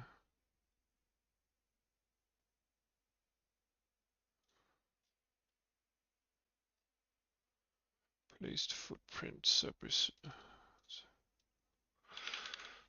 Let's test this temp footprint.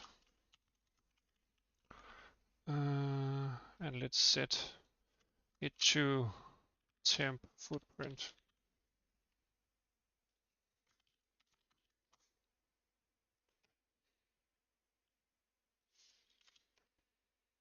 There we go. And if we set our temp footprint,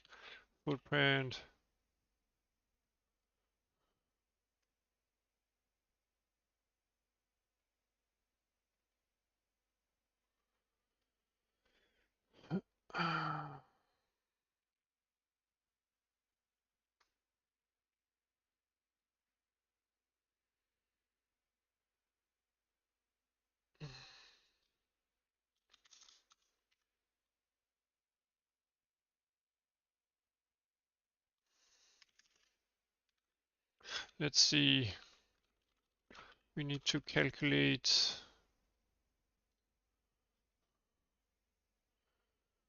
the format is specified. Let's just copy the information here, but change it afterwards.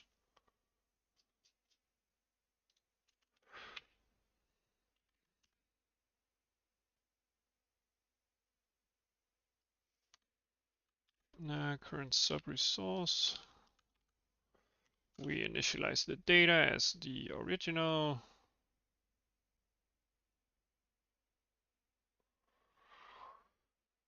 But let's see. We can set an offset and we can set a height, which is far smaller. Let's try that. Because if we reduce the height, maybe it will know that we want to place way fewer. Whoops. Let's see. Whoops.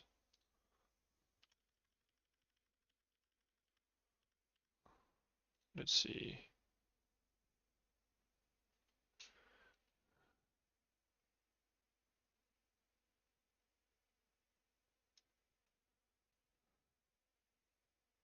Okay. Instead of dividing by 100, let's do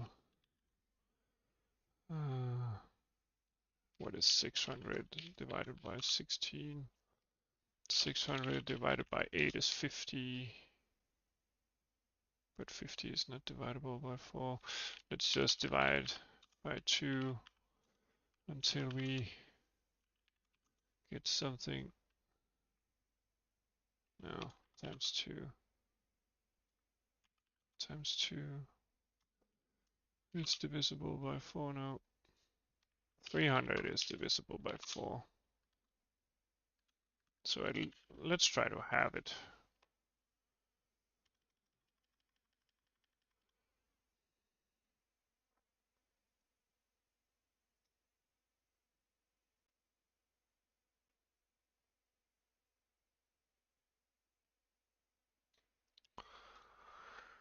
Let's just set the height to something that is completely ridiculous and see if it allows us to copy something here.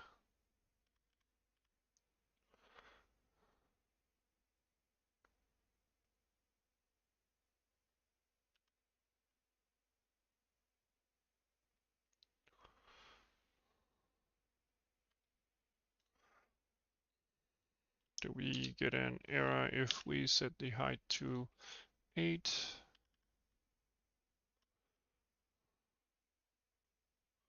I don't think so. Let's just stop doing the breakpoint. Let's try 16 for height. And then the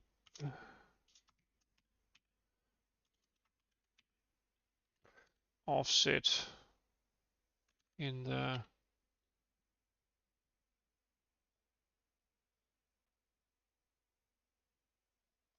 let's see.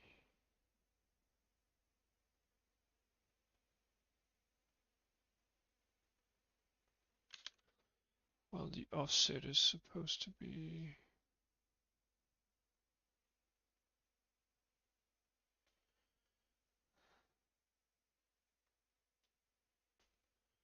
well.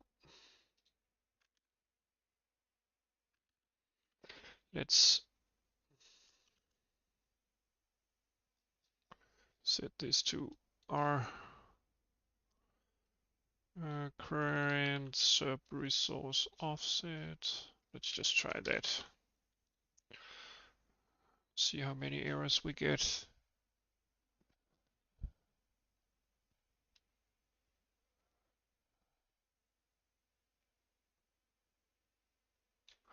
Yeah, so we do an offset of 0.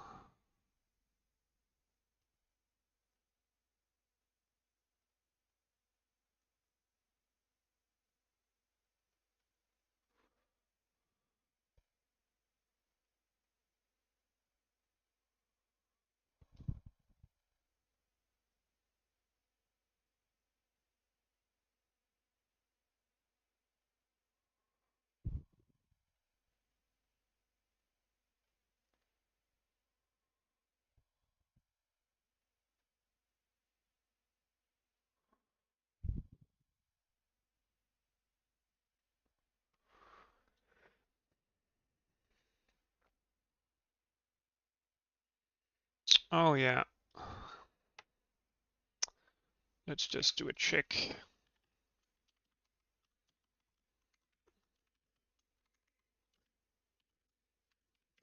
Otherwise, just do the original.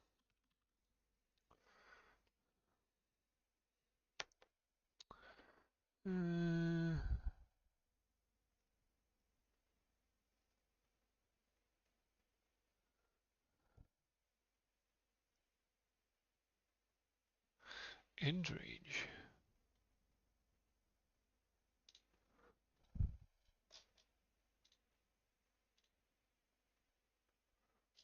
Range. How?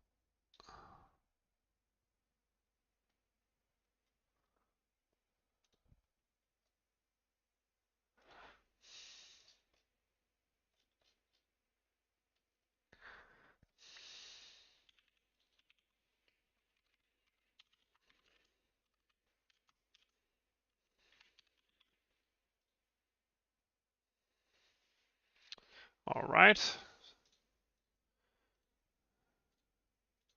Are we getting somewhere? Or is this just totally ridiculous? Let's see.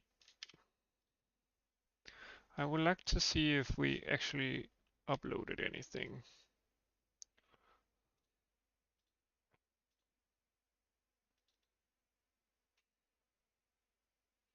We did nothing. Yeah, our algorithm has been a waste of time.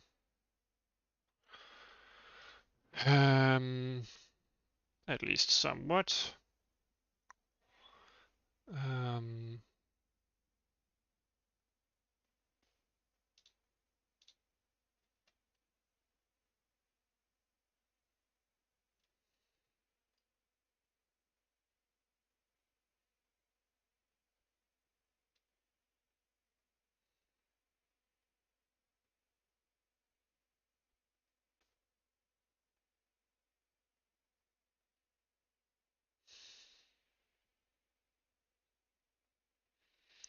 this allows us to bypass whatever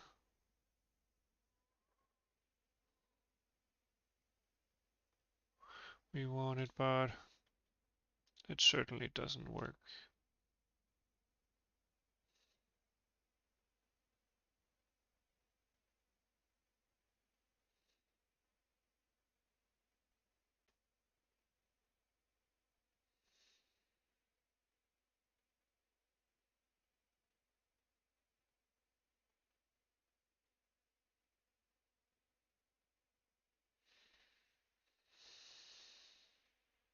Yeah, okay.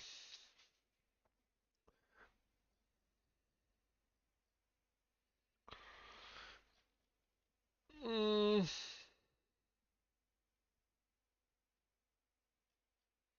let's do another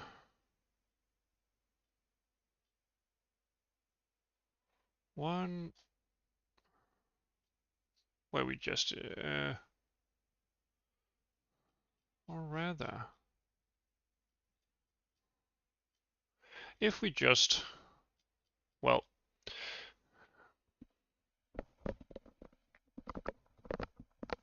if we just increase the buffer size, it should be able to handle the textures. So let's try that instead.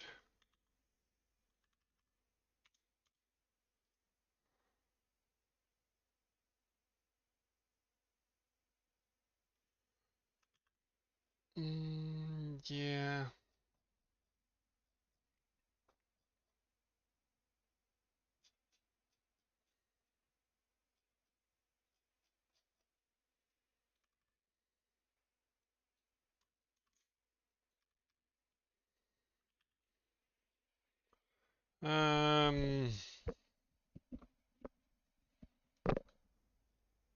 Let's try that instead, and then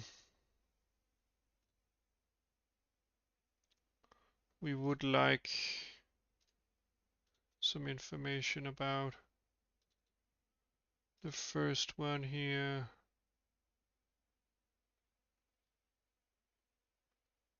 Memory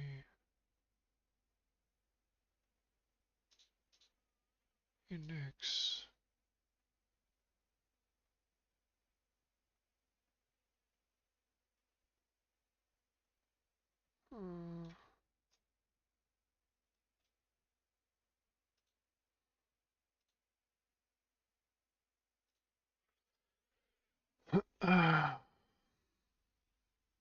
Yeah, so maybe we can grab the uh,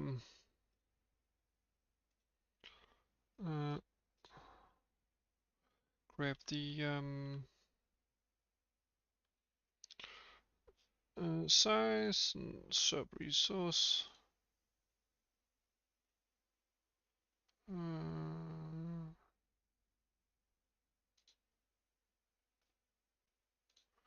That doesn't contain that.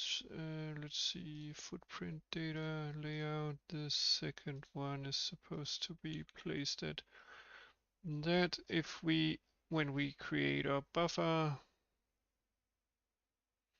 in our renderer,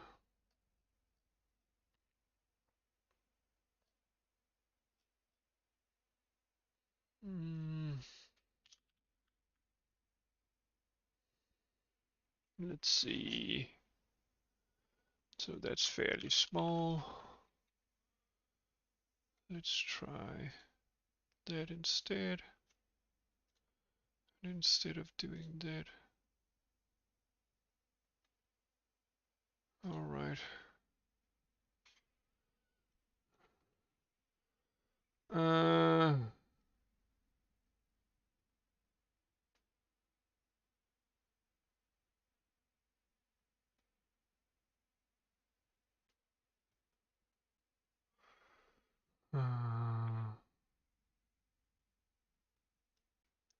so let's see.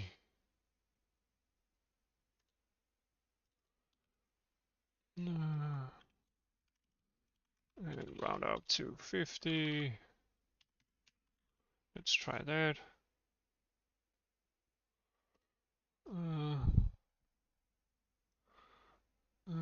Placed footprint is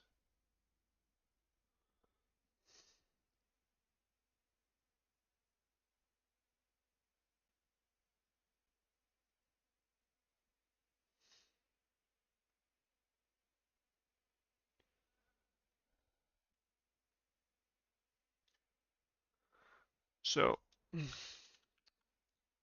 Let's take the last value. Yeah, and just do a 70.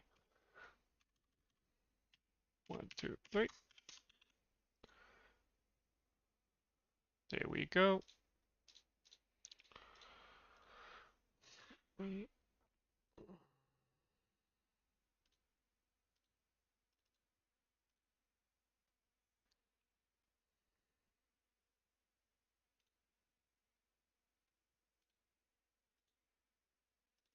So it crashed.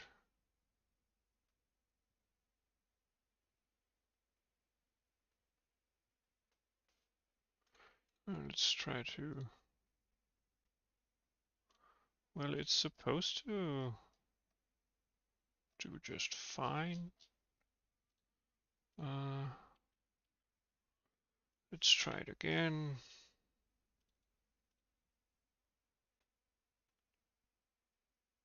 For some reason it doesn't.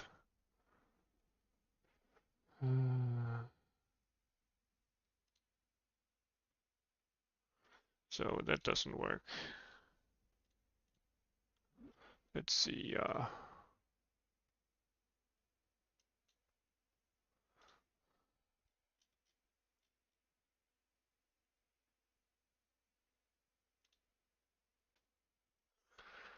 And then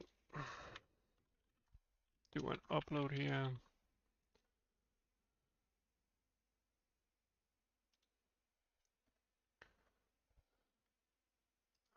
Yeah, there's definitely something wrong with the mem copy here. Let's see. Does everything work now? Yeah.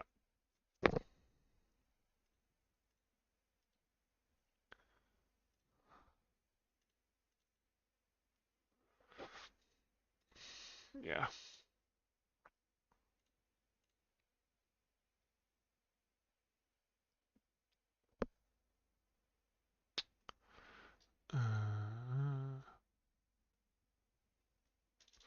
Let's see.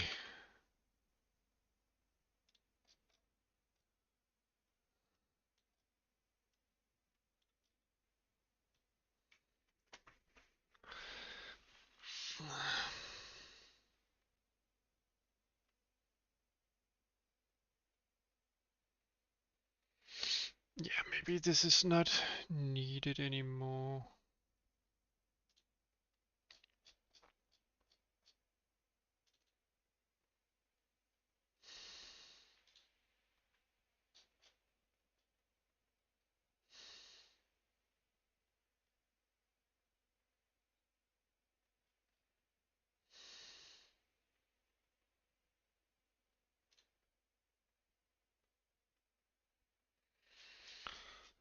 Maybe we change this code a bit.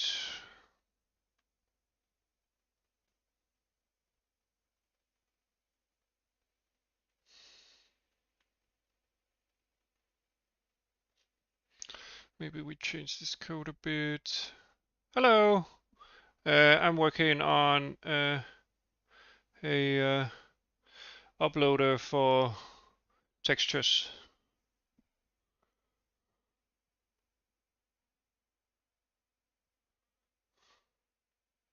Yeah. I need to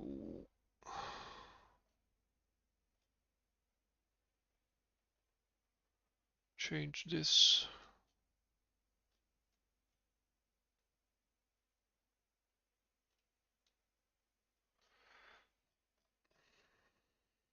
Maybe just disable that and instead do it manually.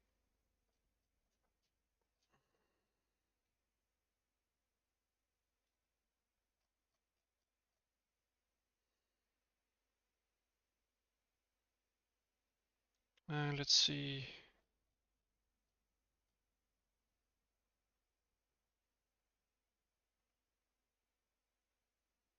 If we map our buffer.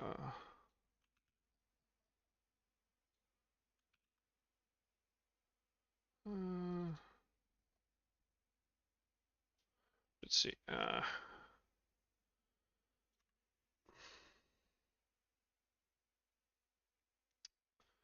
We need to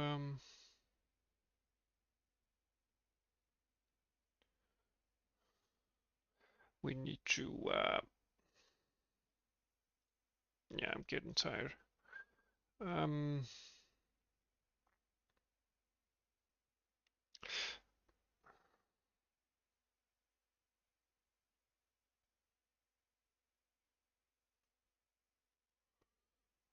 For each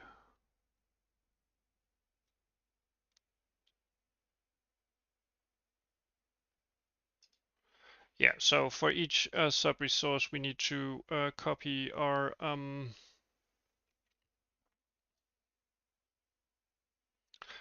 data.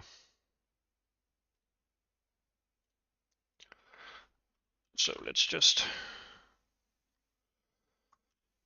do some iteration over the number of sub-resources. And then for each of them, we will simply copy our data.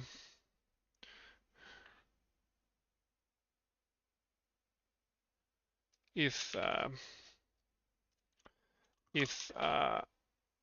the total bytes are above what's currently in the buffer, we should make sure to clear it. Then we map our pointer to the internal buffer here. We do it beforehand.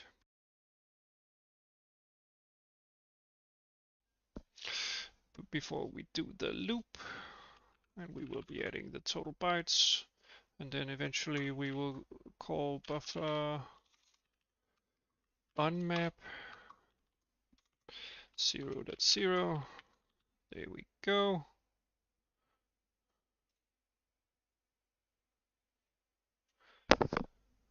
And then we are going to do a mem copy where we increase the buffer pointer.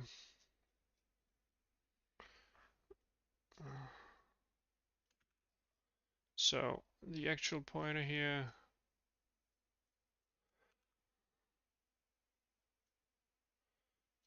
let's just copy that and set this to a null pointer. And now we can iterate over each piece. Let's see.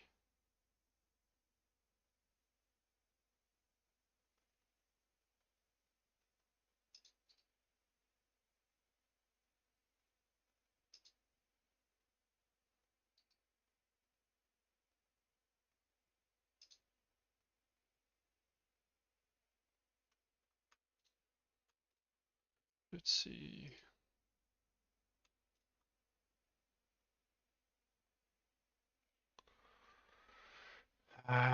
We need to memcopy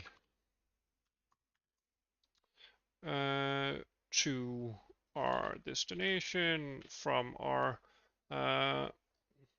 sub-resource data.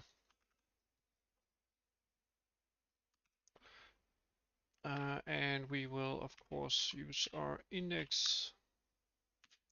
And we will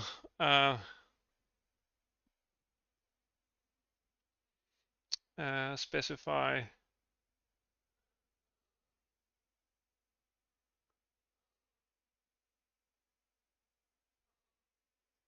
let's see,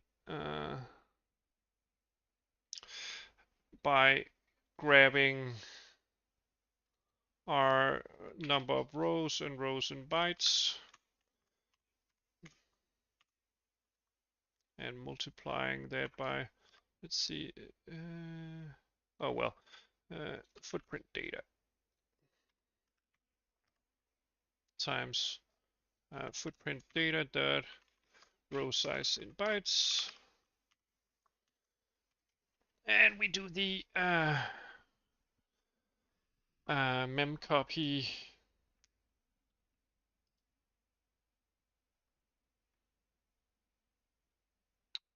we also offset this by the footprint data layout. Let's see, for the index and the offset here. I think that is probably gonna work.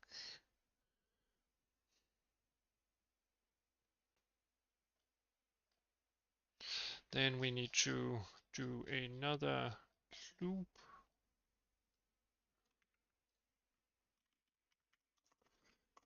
where we do the same thing, but we use this, which didn't work before, and actually copy stuff over.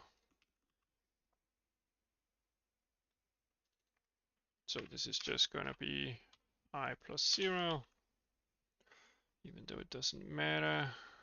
And we pass in I.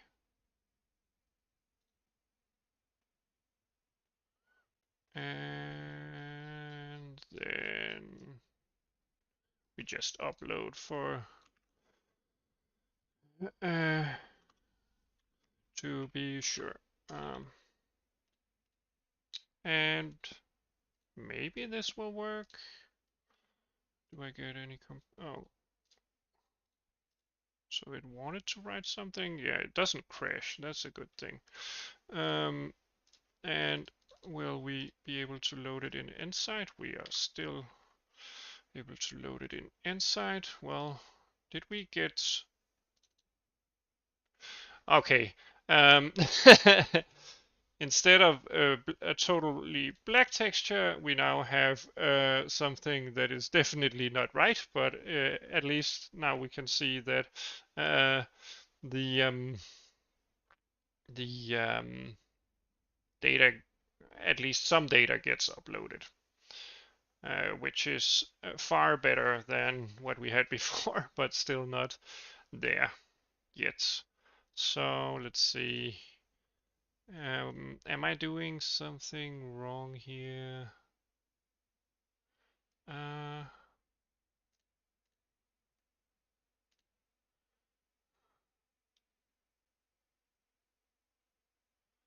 uh,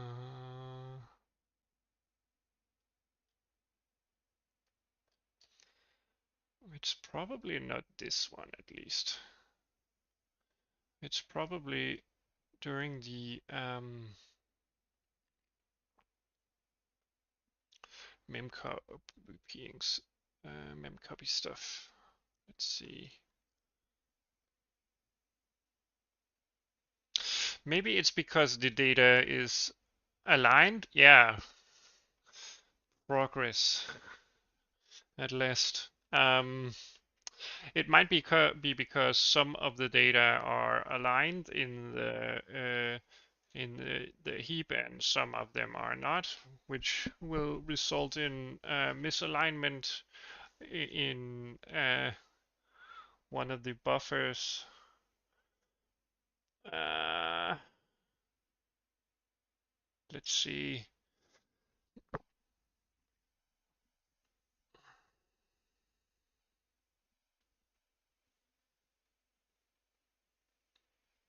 Maybe if we do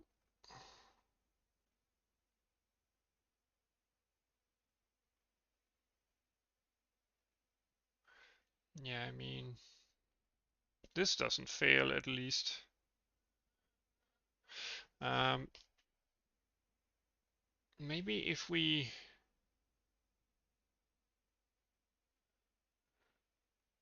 change this up a bit. So instead of mem copying like that, we know that our sub-resource data here, if we just step into this part of the loop, we know that our sub-resource data here has first and foremost the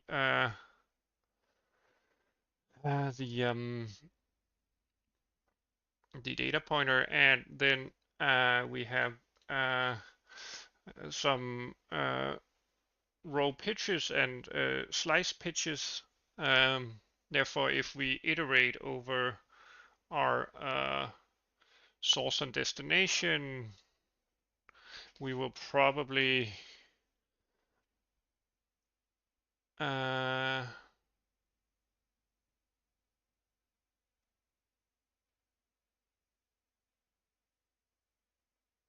so imagine it's rows and columns. So if we do something like unsigned integer column, and we do column less than let's see,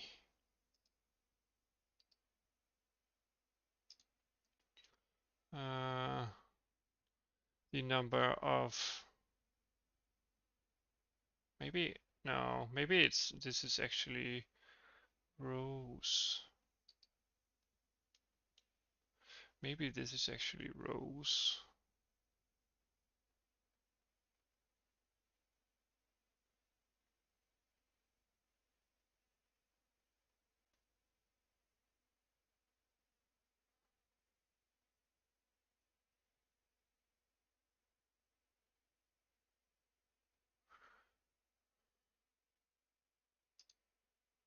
Slices, let's see.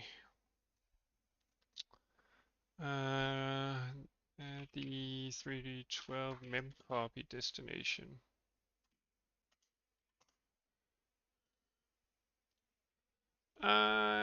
So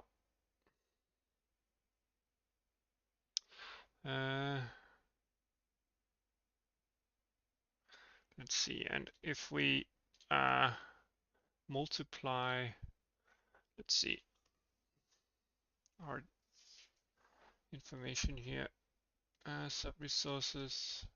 So we have row pitches of 3200. And we do know that the first sub-resource has the following number of rows. Yeah, that's the total size of the buffer. So if we slice it in rows, I think, let's see. No, that's actually not cool. Oh well, it's because it's probably the aligned pitch. So let's see. Yeah, so the next sub-resource is offset by the aligned size, of course. But yeah, so we have 150 rows in the first sub-resource, which we pitch. Let's see.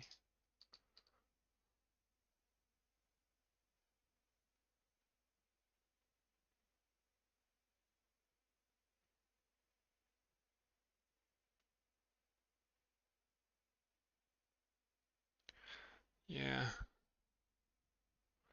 How many slices do we have then?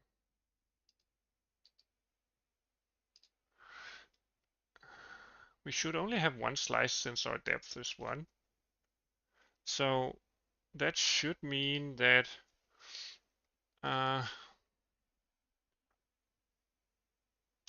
let's see. If we do for the depth, we for the D, we let's see, where did I get my depth? It's inside the layout. Yeah. So footprint data.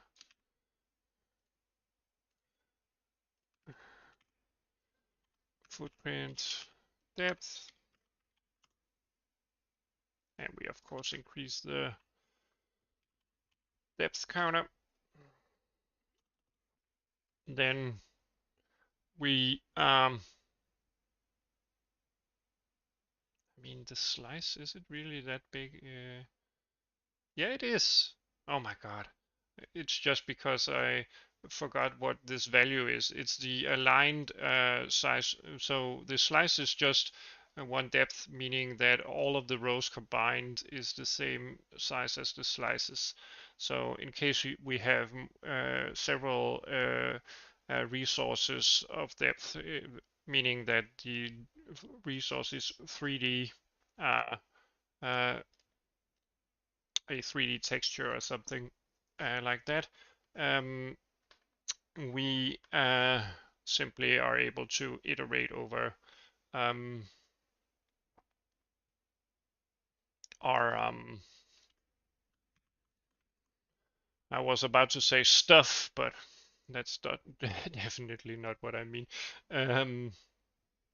So we can add our not offset, but footprint. No, no. It's inside the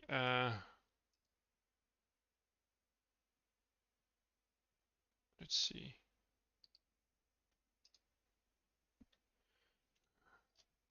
The slice pitch. Yeah, so for one depth. But yeah. So we add our let's see, we can just multiply. Is it the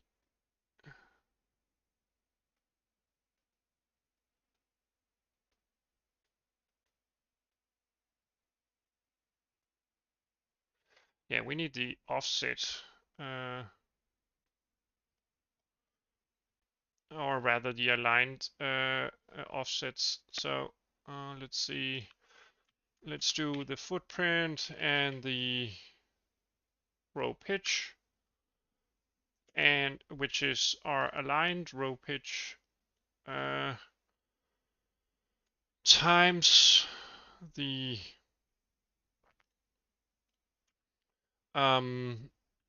footprint data dot number of rows for this um, what do you call it,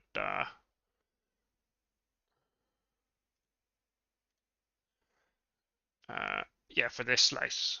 So we start off, if it ever contains more layers of depth, we will do that, and then we will process the rows when the row is below the number of rows. We will stop this loop, and then we will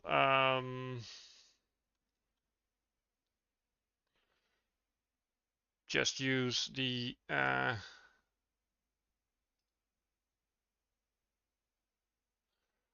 footprint row pitch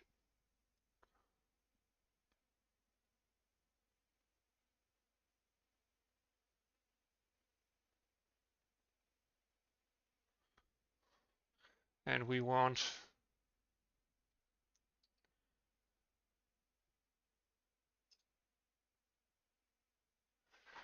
yeah, so we want the mem copy here from our actual pointer, from our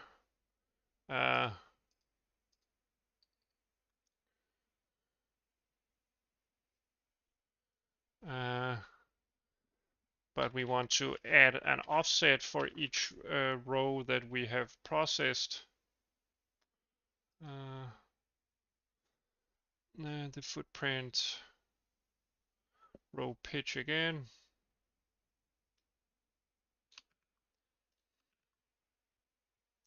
And we want to do the same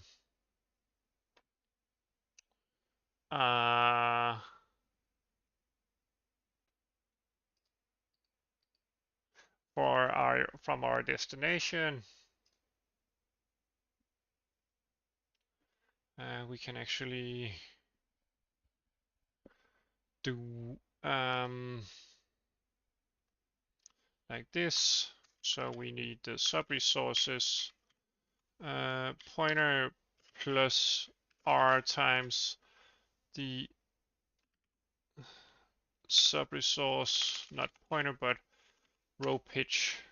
And we, of course, want to copy as many bytes as we have in a row. There we go. Let's see. We, of course, need to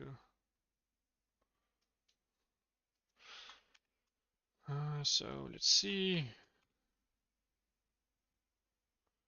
That's a void pointer.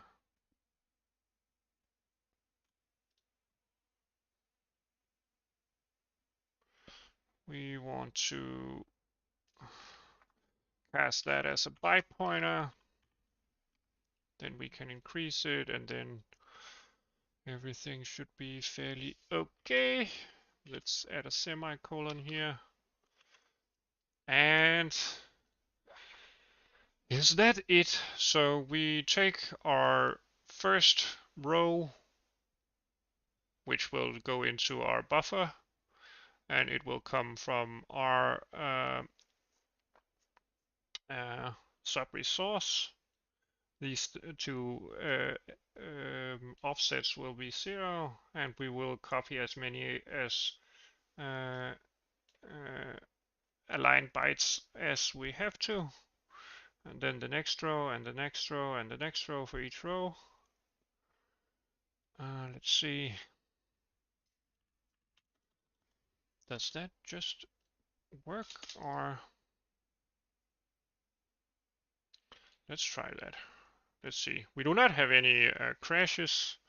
We do not have any errors, so that's a good starting point. And maybe, just maybe, whoops, I can't open the file. That's not an error. Let's see.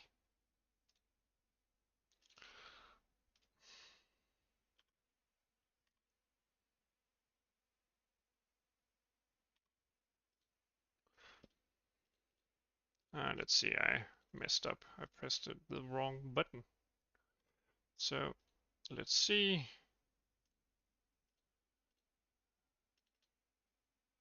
Oh, we're getting really, really close. This is actually the texture. It's not right in terms of color encoding, but this is actually the texture. Well,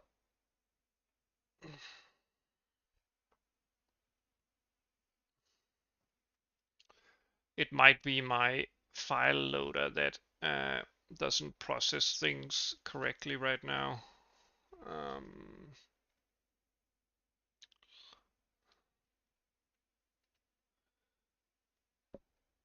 Yeah.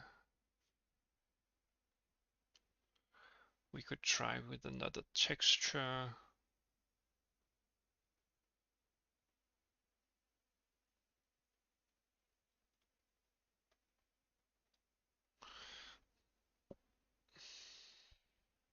But yeah, this is actually pretty good. Let's see.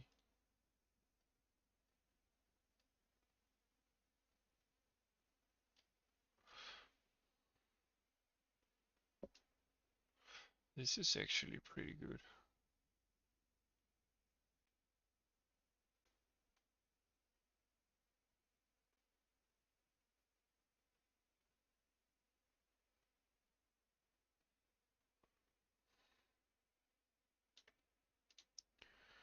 Well, I could off stream do a load of a already known to work DDS file interpreter.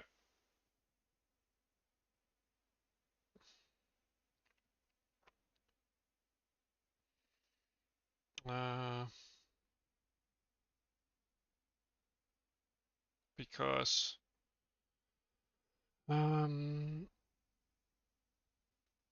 yeah, that would let us know if the algorithm that actually uploads the information is correct, or whether the bug is inside the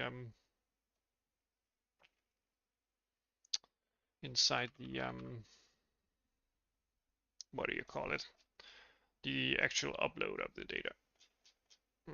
All right, I'll do that.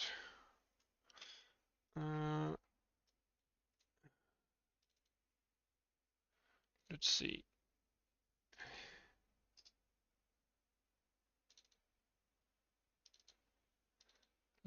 Let's see. What did I call it? I called it DDS file loader. So yeah. Let's see. Let's do a vendor folder.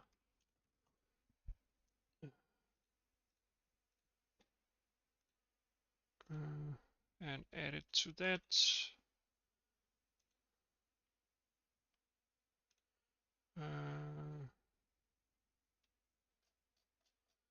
Then in our renderer method, let's see.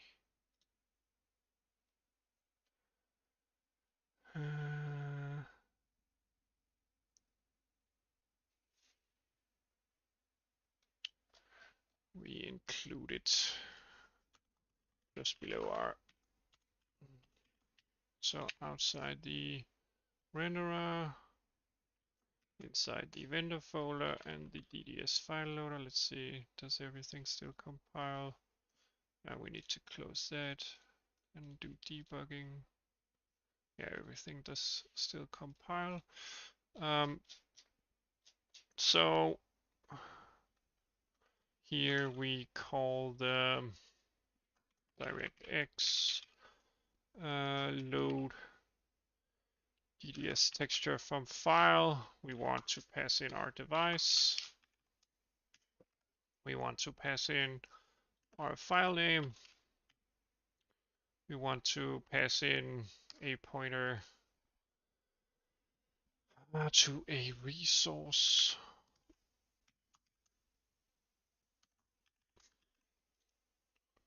Is that correct? It's yeah. And then we want to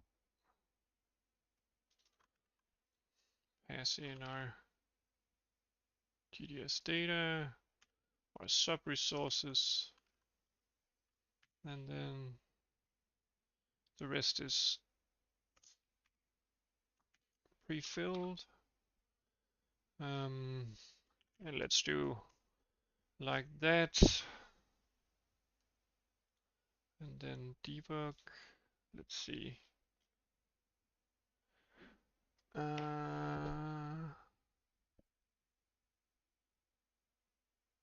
So included in the project.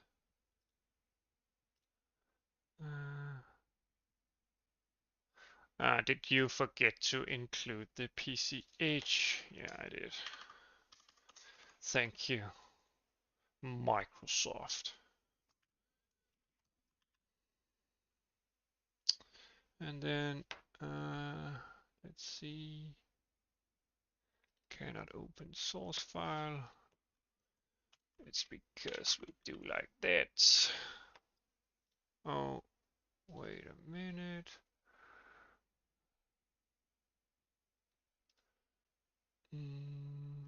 This comes with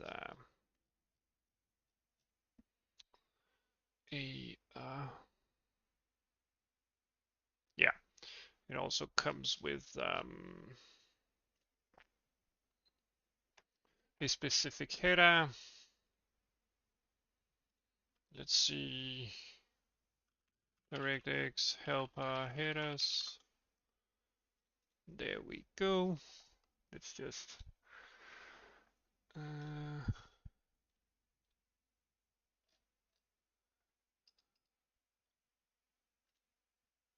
download CIF, and I will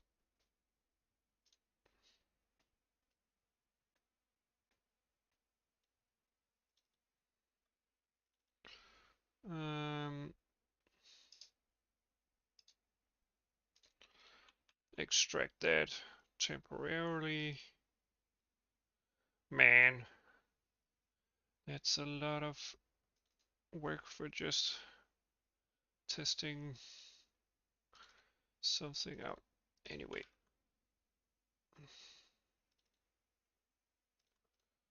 let's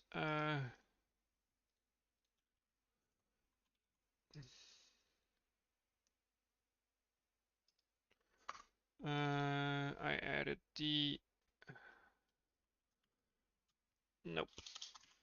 the X folder, include DirectX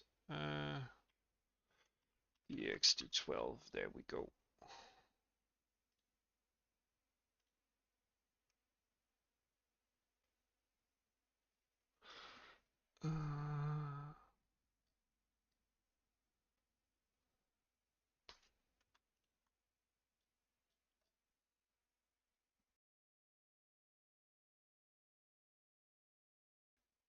Oh man.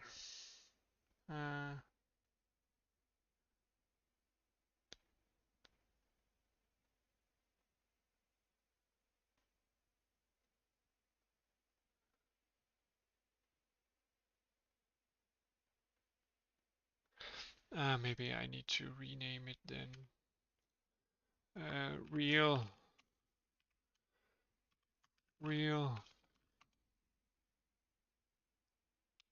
And then we do like this, maybe.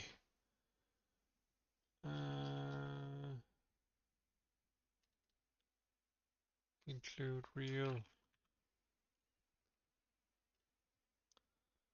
page result.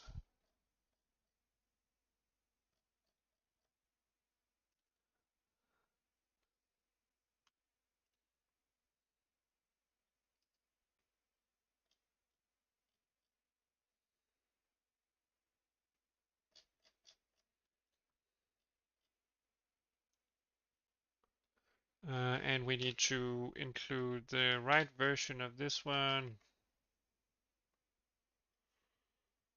Let's define this actually. Let's do it in our renderer.h. Define this macro.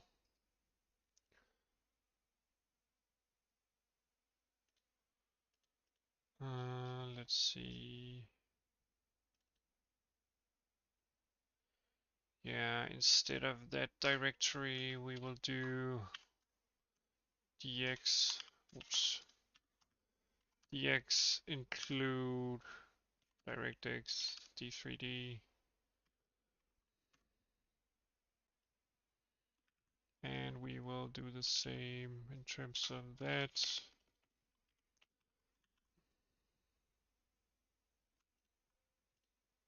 Well, it doesn't want me to.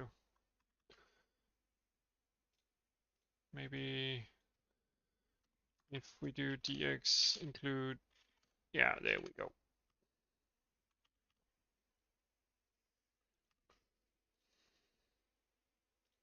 Nope.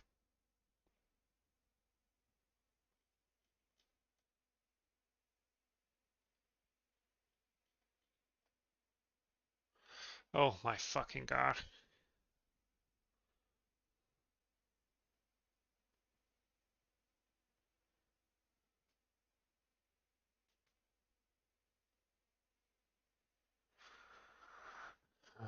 Yeah, so the file loader here doesn't recognize different types.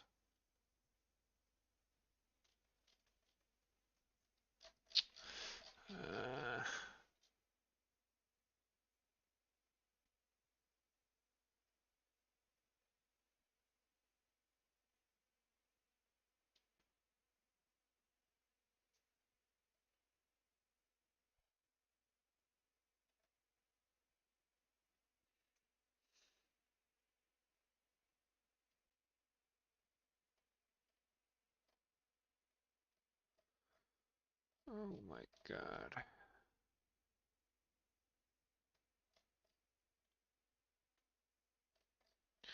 Maybe it's because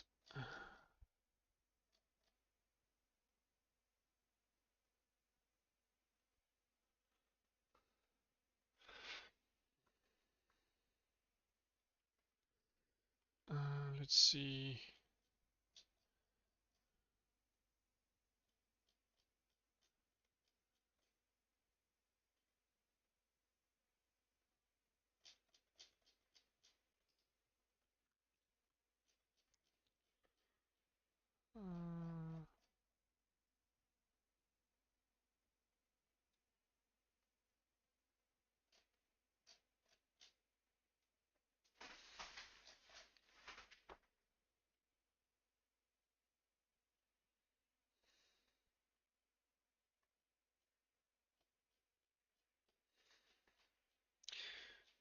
Yeah, I'll just check with a working library, he said.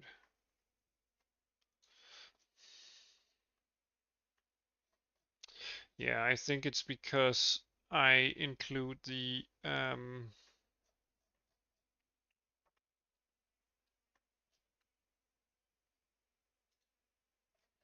yeah, I know. I probably have to move this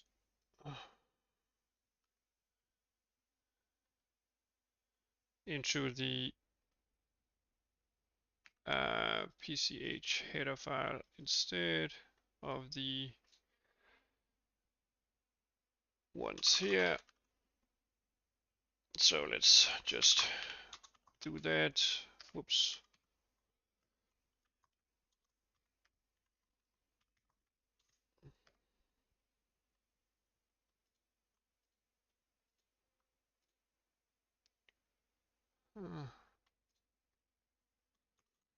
Maybe just we do vendor. Yeah, vendor space. And we need to step out of this. And we are golden.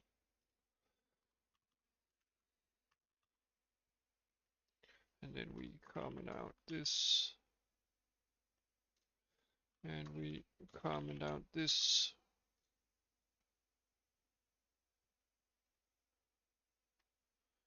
Okay. Everything is working then. Then we will know if our problem is our DDS file importer or if it's our copying or uploading algorithm.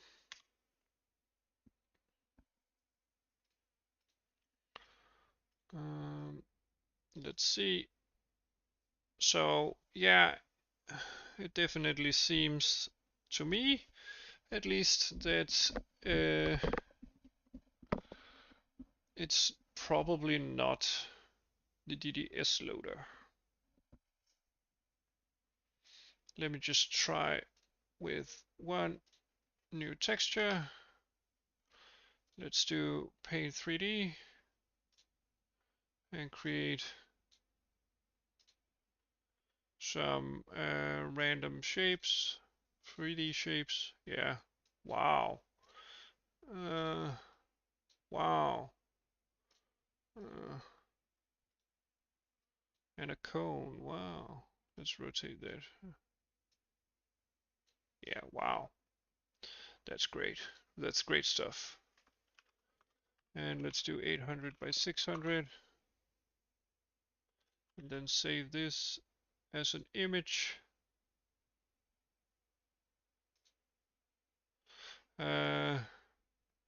Second, and we do not want to save that garbage texture. Whoops. Texture tools, and then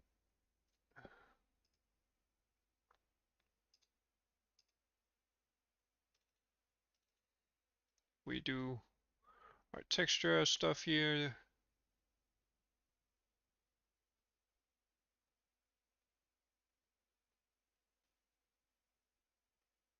And we reset every preset, and we save this as our second texture.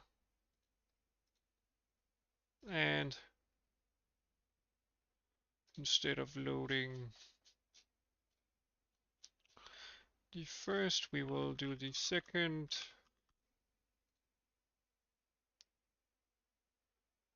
Let's see, we threw something here. Why is that? Let's try to debug. So in a renderer,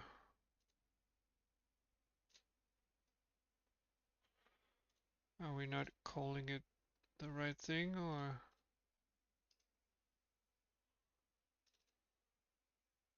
Oh yeah, it's not named DDS, I see. Great stuff. Then we will add, whoops. We will replace the NVIDIA Inside texture stuff here.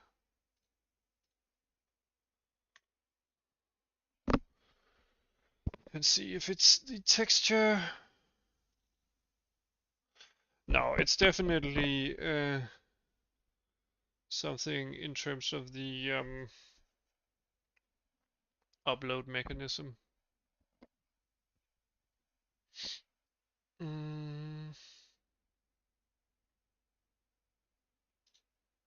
Yeah, but we're getting close. Let me see if I just can spot the problem.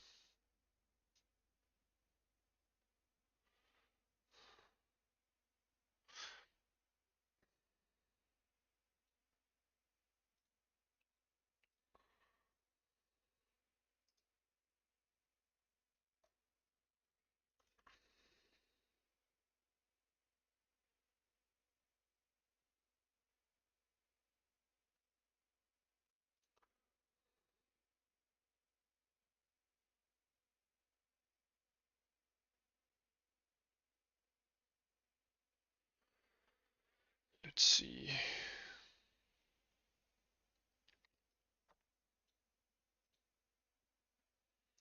If we move this, not that it matters, but let's do a byte pointer. And then let's rewrite this. We reinterpret cast as a byte pointer, or map pointer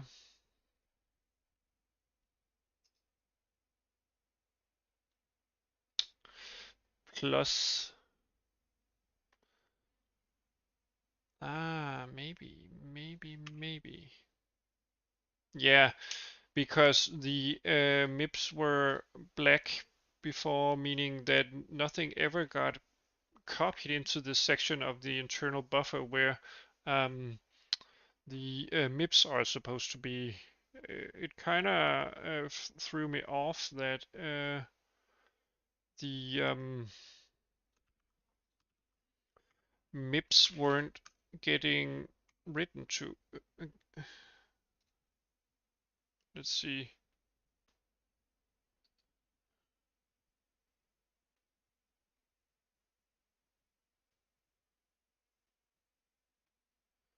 Let's see.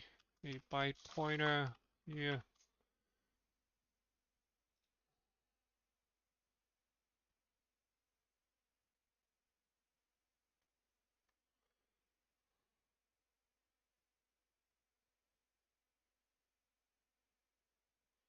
Let's see. Yeah, and then if we add the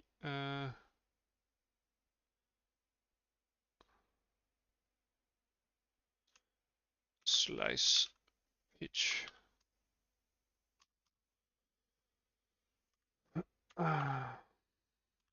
Let's try that. We still do not have any crashes. Because maybe we just experienced over. Oh my god, here we go. Here we go. Here we go. Here we go. Here we go. Here we go. Here we go.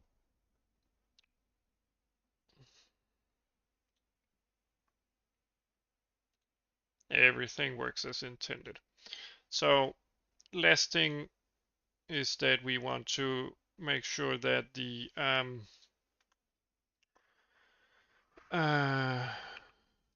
first texture also works. Yeah, buddy. Now I can texturize my pretty world instead of these ugly colors. Let's see. And we do, actually it's transparent, but the background is black. Can we change the background? Let's see, show alpha. Yeah, there we go. So, yeah, in terms of doing a HUD, we will be trying to write textures directly to the screen. This one will be used. And we will load some real textures eventually. I will export the Blender textures that I use for these models. All right, then we need to remove the unnecessary external library, which makes us change all our include stuff. It was only for debugging, so I move this out of the directory. There we go. Now we should get a lot of errors because we do not include the right files. Let's see. IntelliSense hasn't registered anything.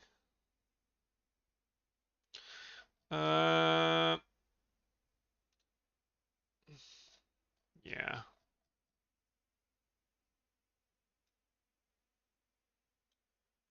Let's see.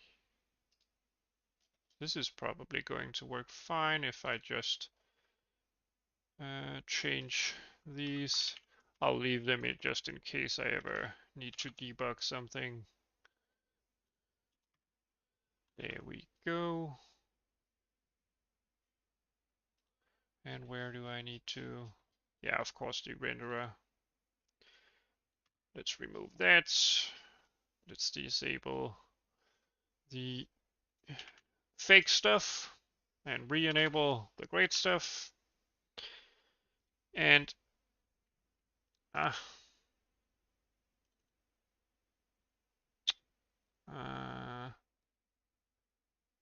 let's just rebuild everything.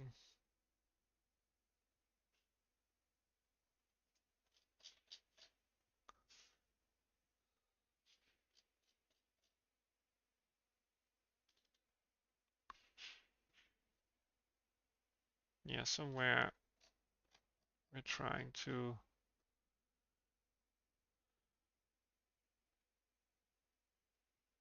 in our renderer.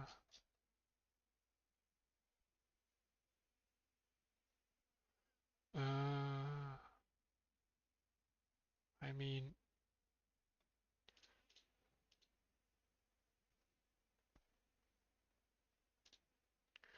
is there something?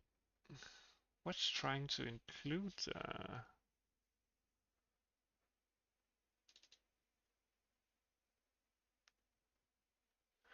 Let's clean the solution and build it all.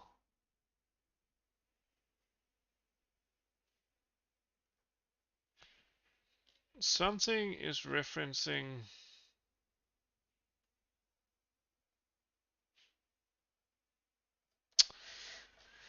the old one. Where did I? TDS file loader. This is my own TDS file loader. Linear buffer. Didn't reference anything. The renderer. And in our renderer, let's see. Let's remove that. Huh? That is so freaking weird.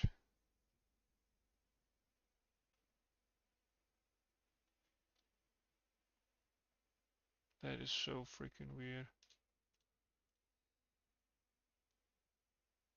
Yeah, because we didn't build the engine.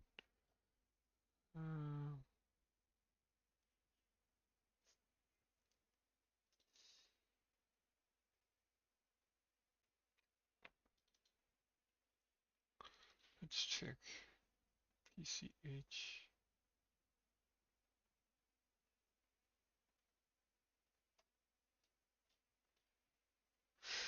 Man. Do I have to clear the cached information from Visual Studio, perhaps? Let's try that.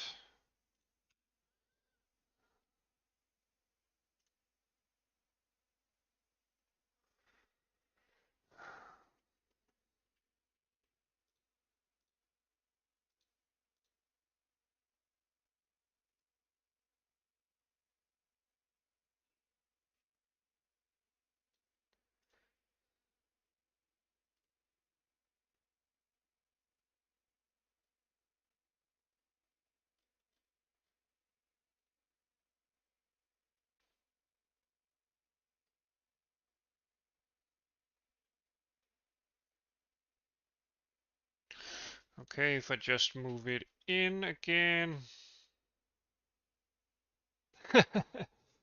I don't know why I would need to do that, but oh my freaking god, I'll do it if it solves anything. Okay.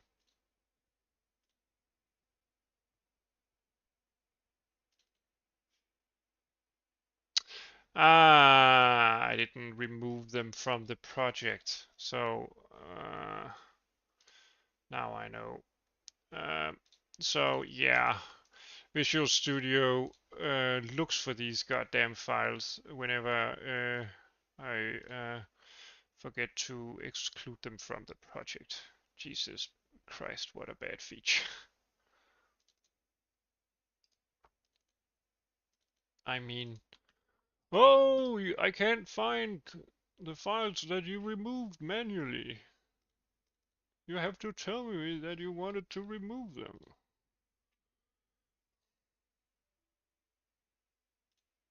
Okay, rebuild everything.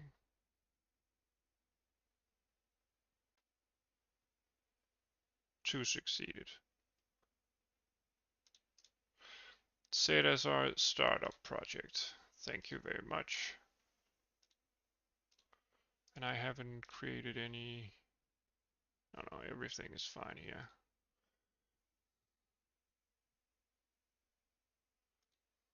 There we go. All right. I cleaned the Visual Studio files, but that shouldn't make much of a difference. But let's see. I've had weird behavior from IntelliSense before, so I'm not uh, risking much these days to end up in a situation like that. That was like hell. So yeah, everything works. So even my DDS loader is correct. All right, this is an excellent time for a break. Probably gonna get something to eat. Maybe if I have the time and energy, I will try using some textures.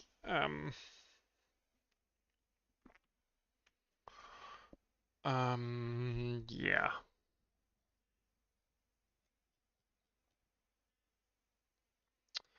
Um, Hopefully someone found this helpful. If you did, feel free to comment, like, or subscribe, or even follow on Twitch. Hopefully I'll be seeing you around.